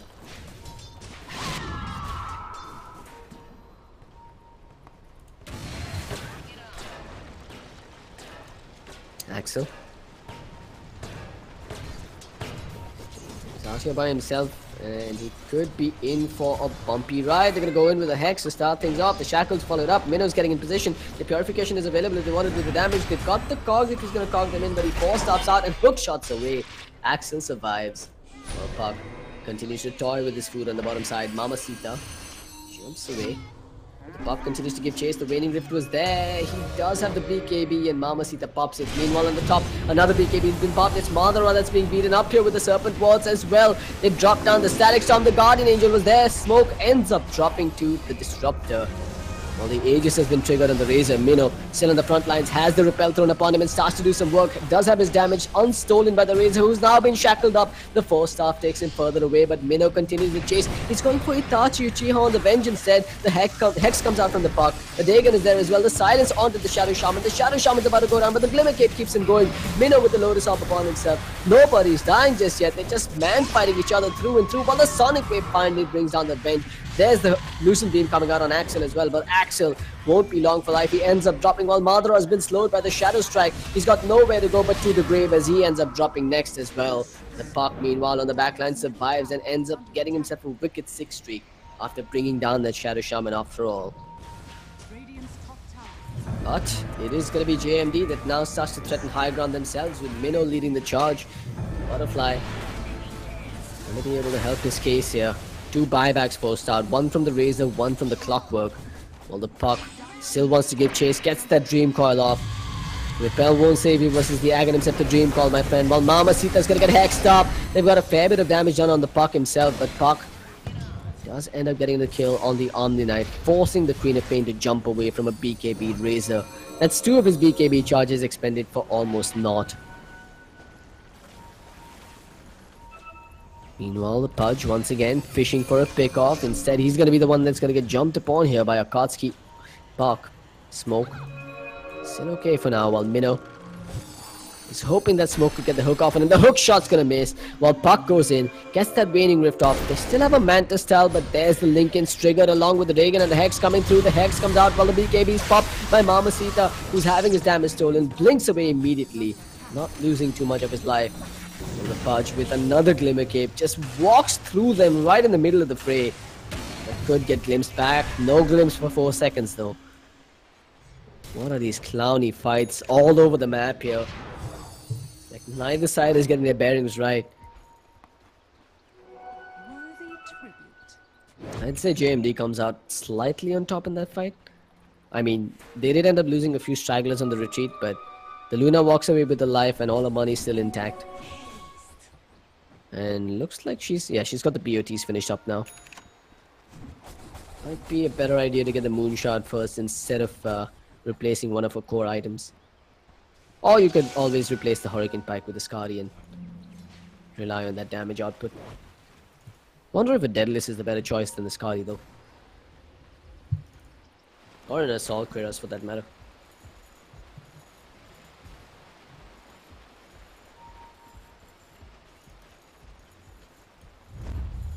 Smoke of Deceit can be popped here by JMD. Akatsuki. Gotta be careful here, that Puck. Does have the Lincoln Sphere, but it's been triggered. How are they going to get in range to hex him? That's how they're going to do it. A Glimmer Cape Shadow Shaman walks up to the puck, hex into the shackle. They'll get the kill. And at least they're going to force out another buyback here as they look to push. Hook finds the mark. It's the Razor. Remember, this could be a dieback if he goes down. Beautiful static storm onto 3, along with the kinetic field being placed in the prey as well. But Minnow was repelled, so he's okay. But can't say the same for Shadow Shaman, who's gone down. Smoke is going to be next on the hit list, while the Cogs will push the Luna further back. The Lotus Orb is there to help us stay alive. This is all the Guardian Angel is popped. The Satanic as well. Not any damage stolen away from her either. No one ends up dying. Just swaps and saves coming out all across the map from Akatsuki. They end up surviving. There's a buyback on the puck, who needs to be careful. He's been silenced up now. Mamacita had that Lotus Orb upon him. The hook was there. This member as well. Smoke's being controlled.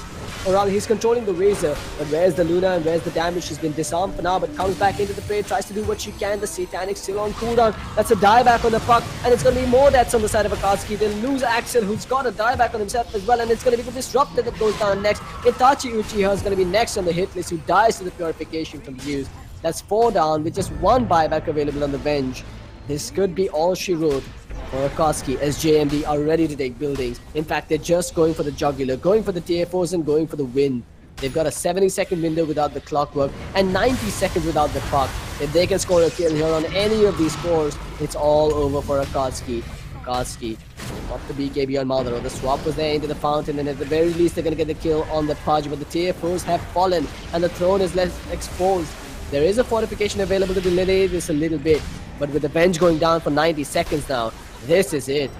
Minnow stands his ground as they will call the GG. Akatsuki will tap out and JMD will take a 61-minute victory here. The ESL India Premiership Fall Phase 2.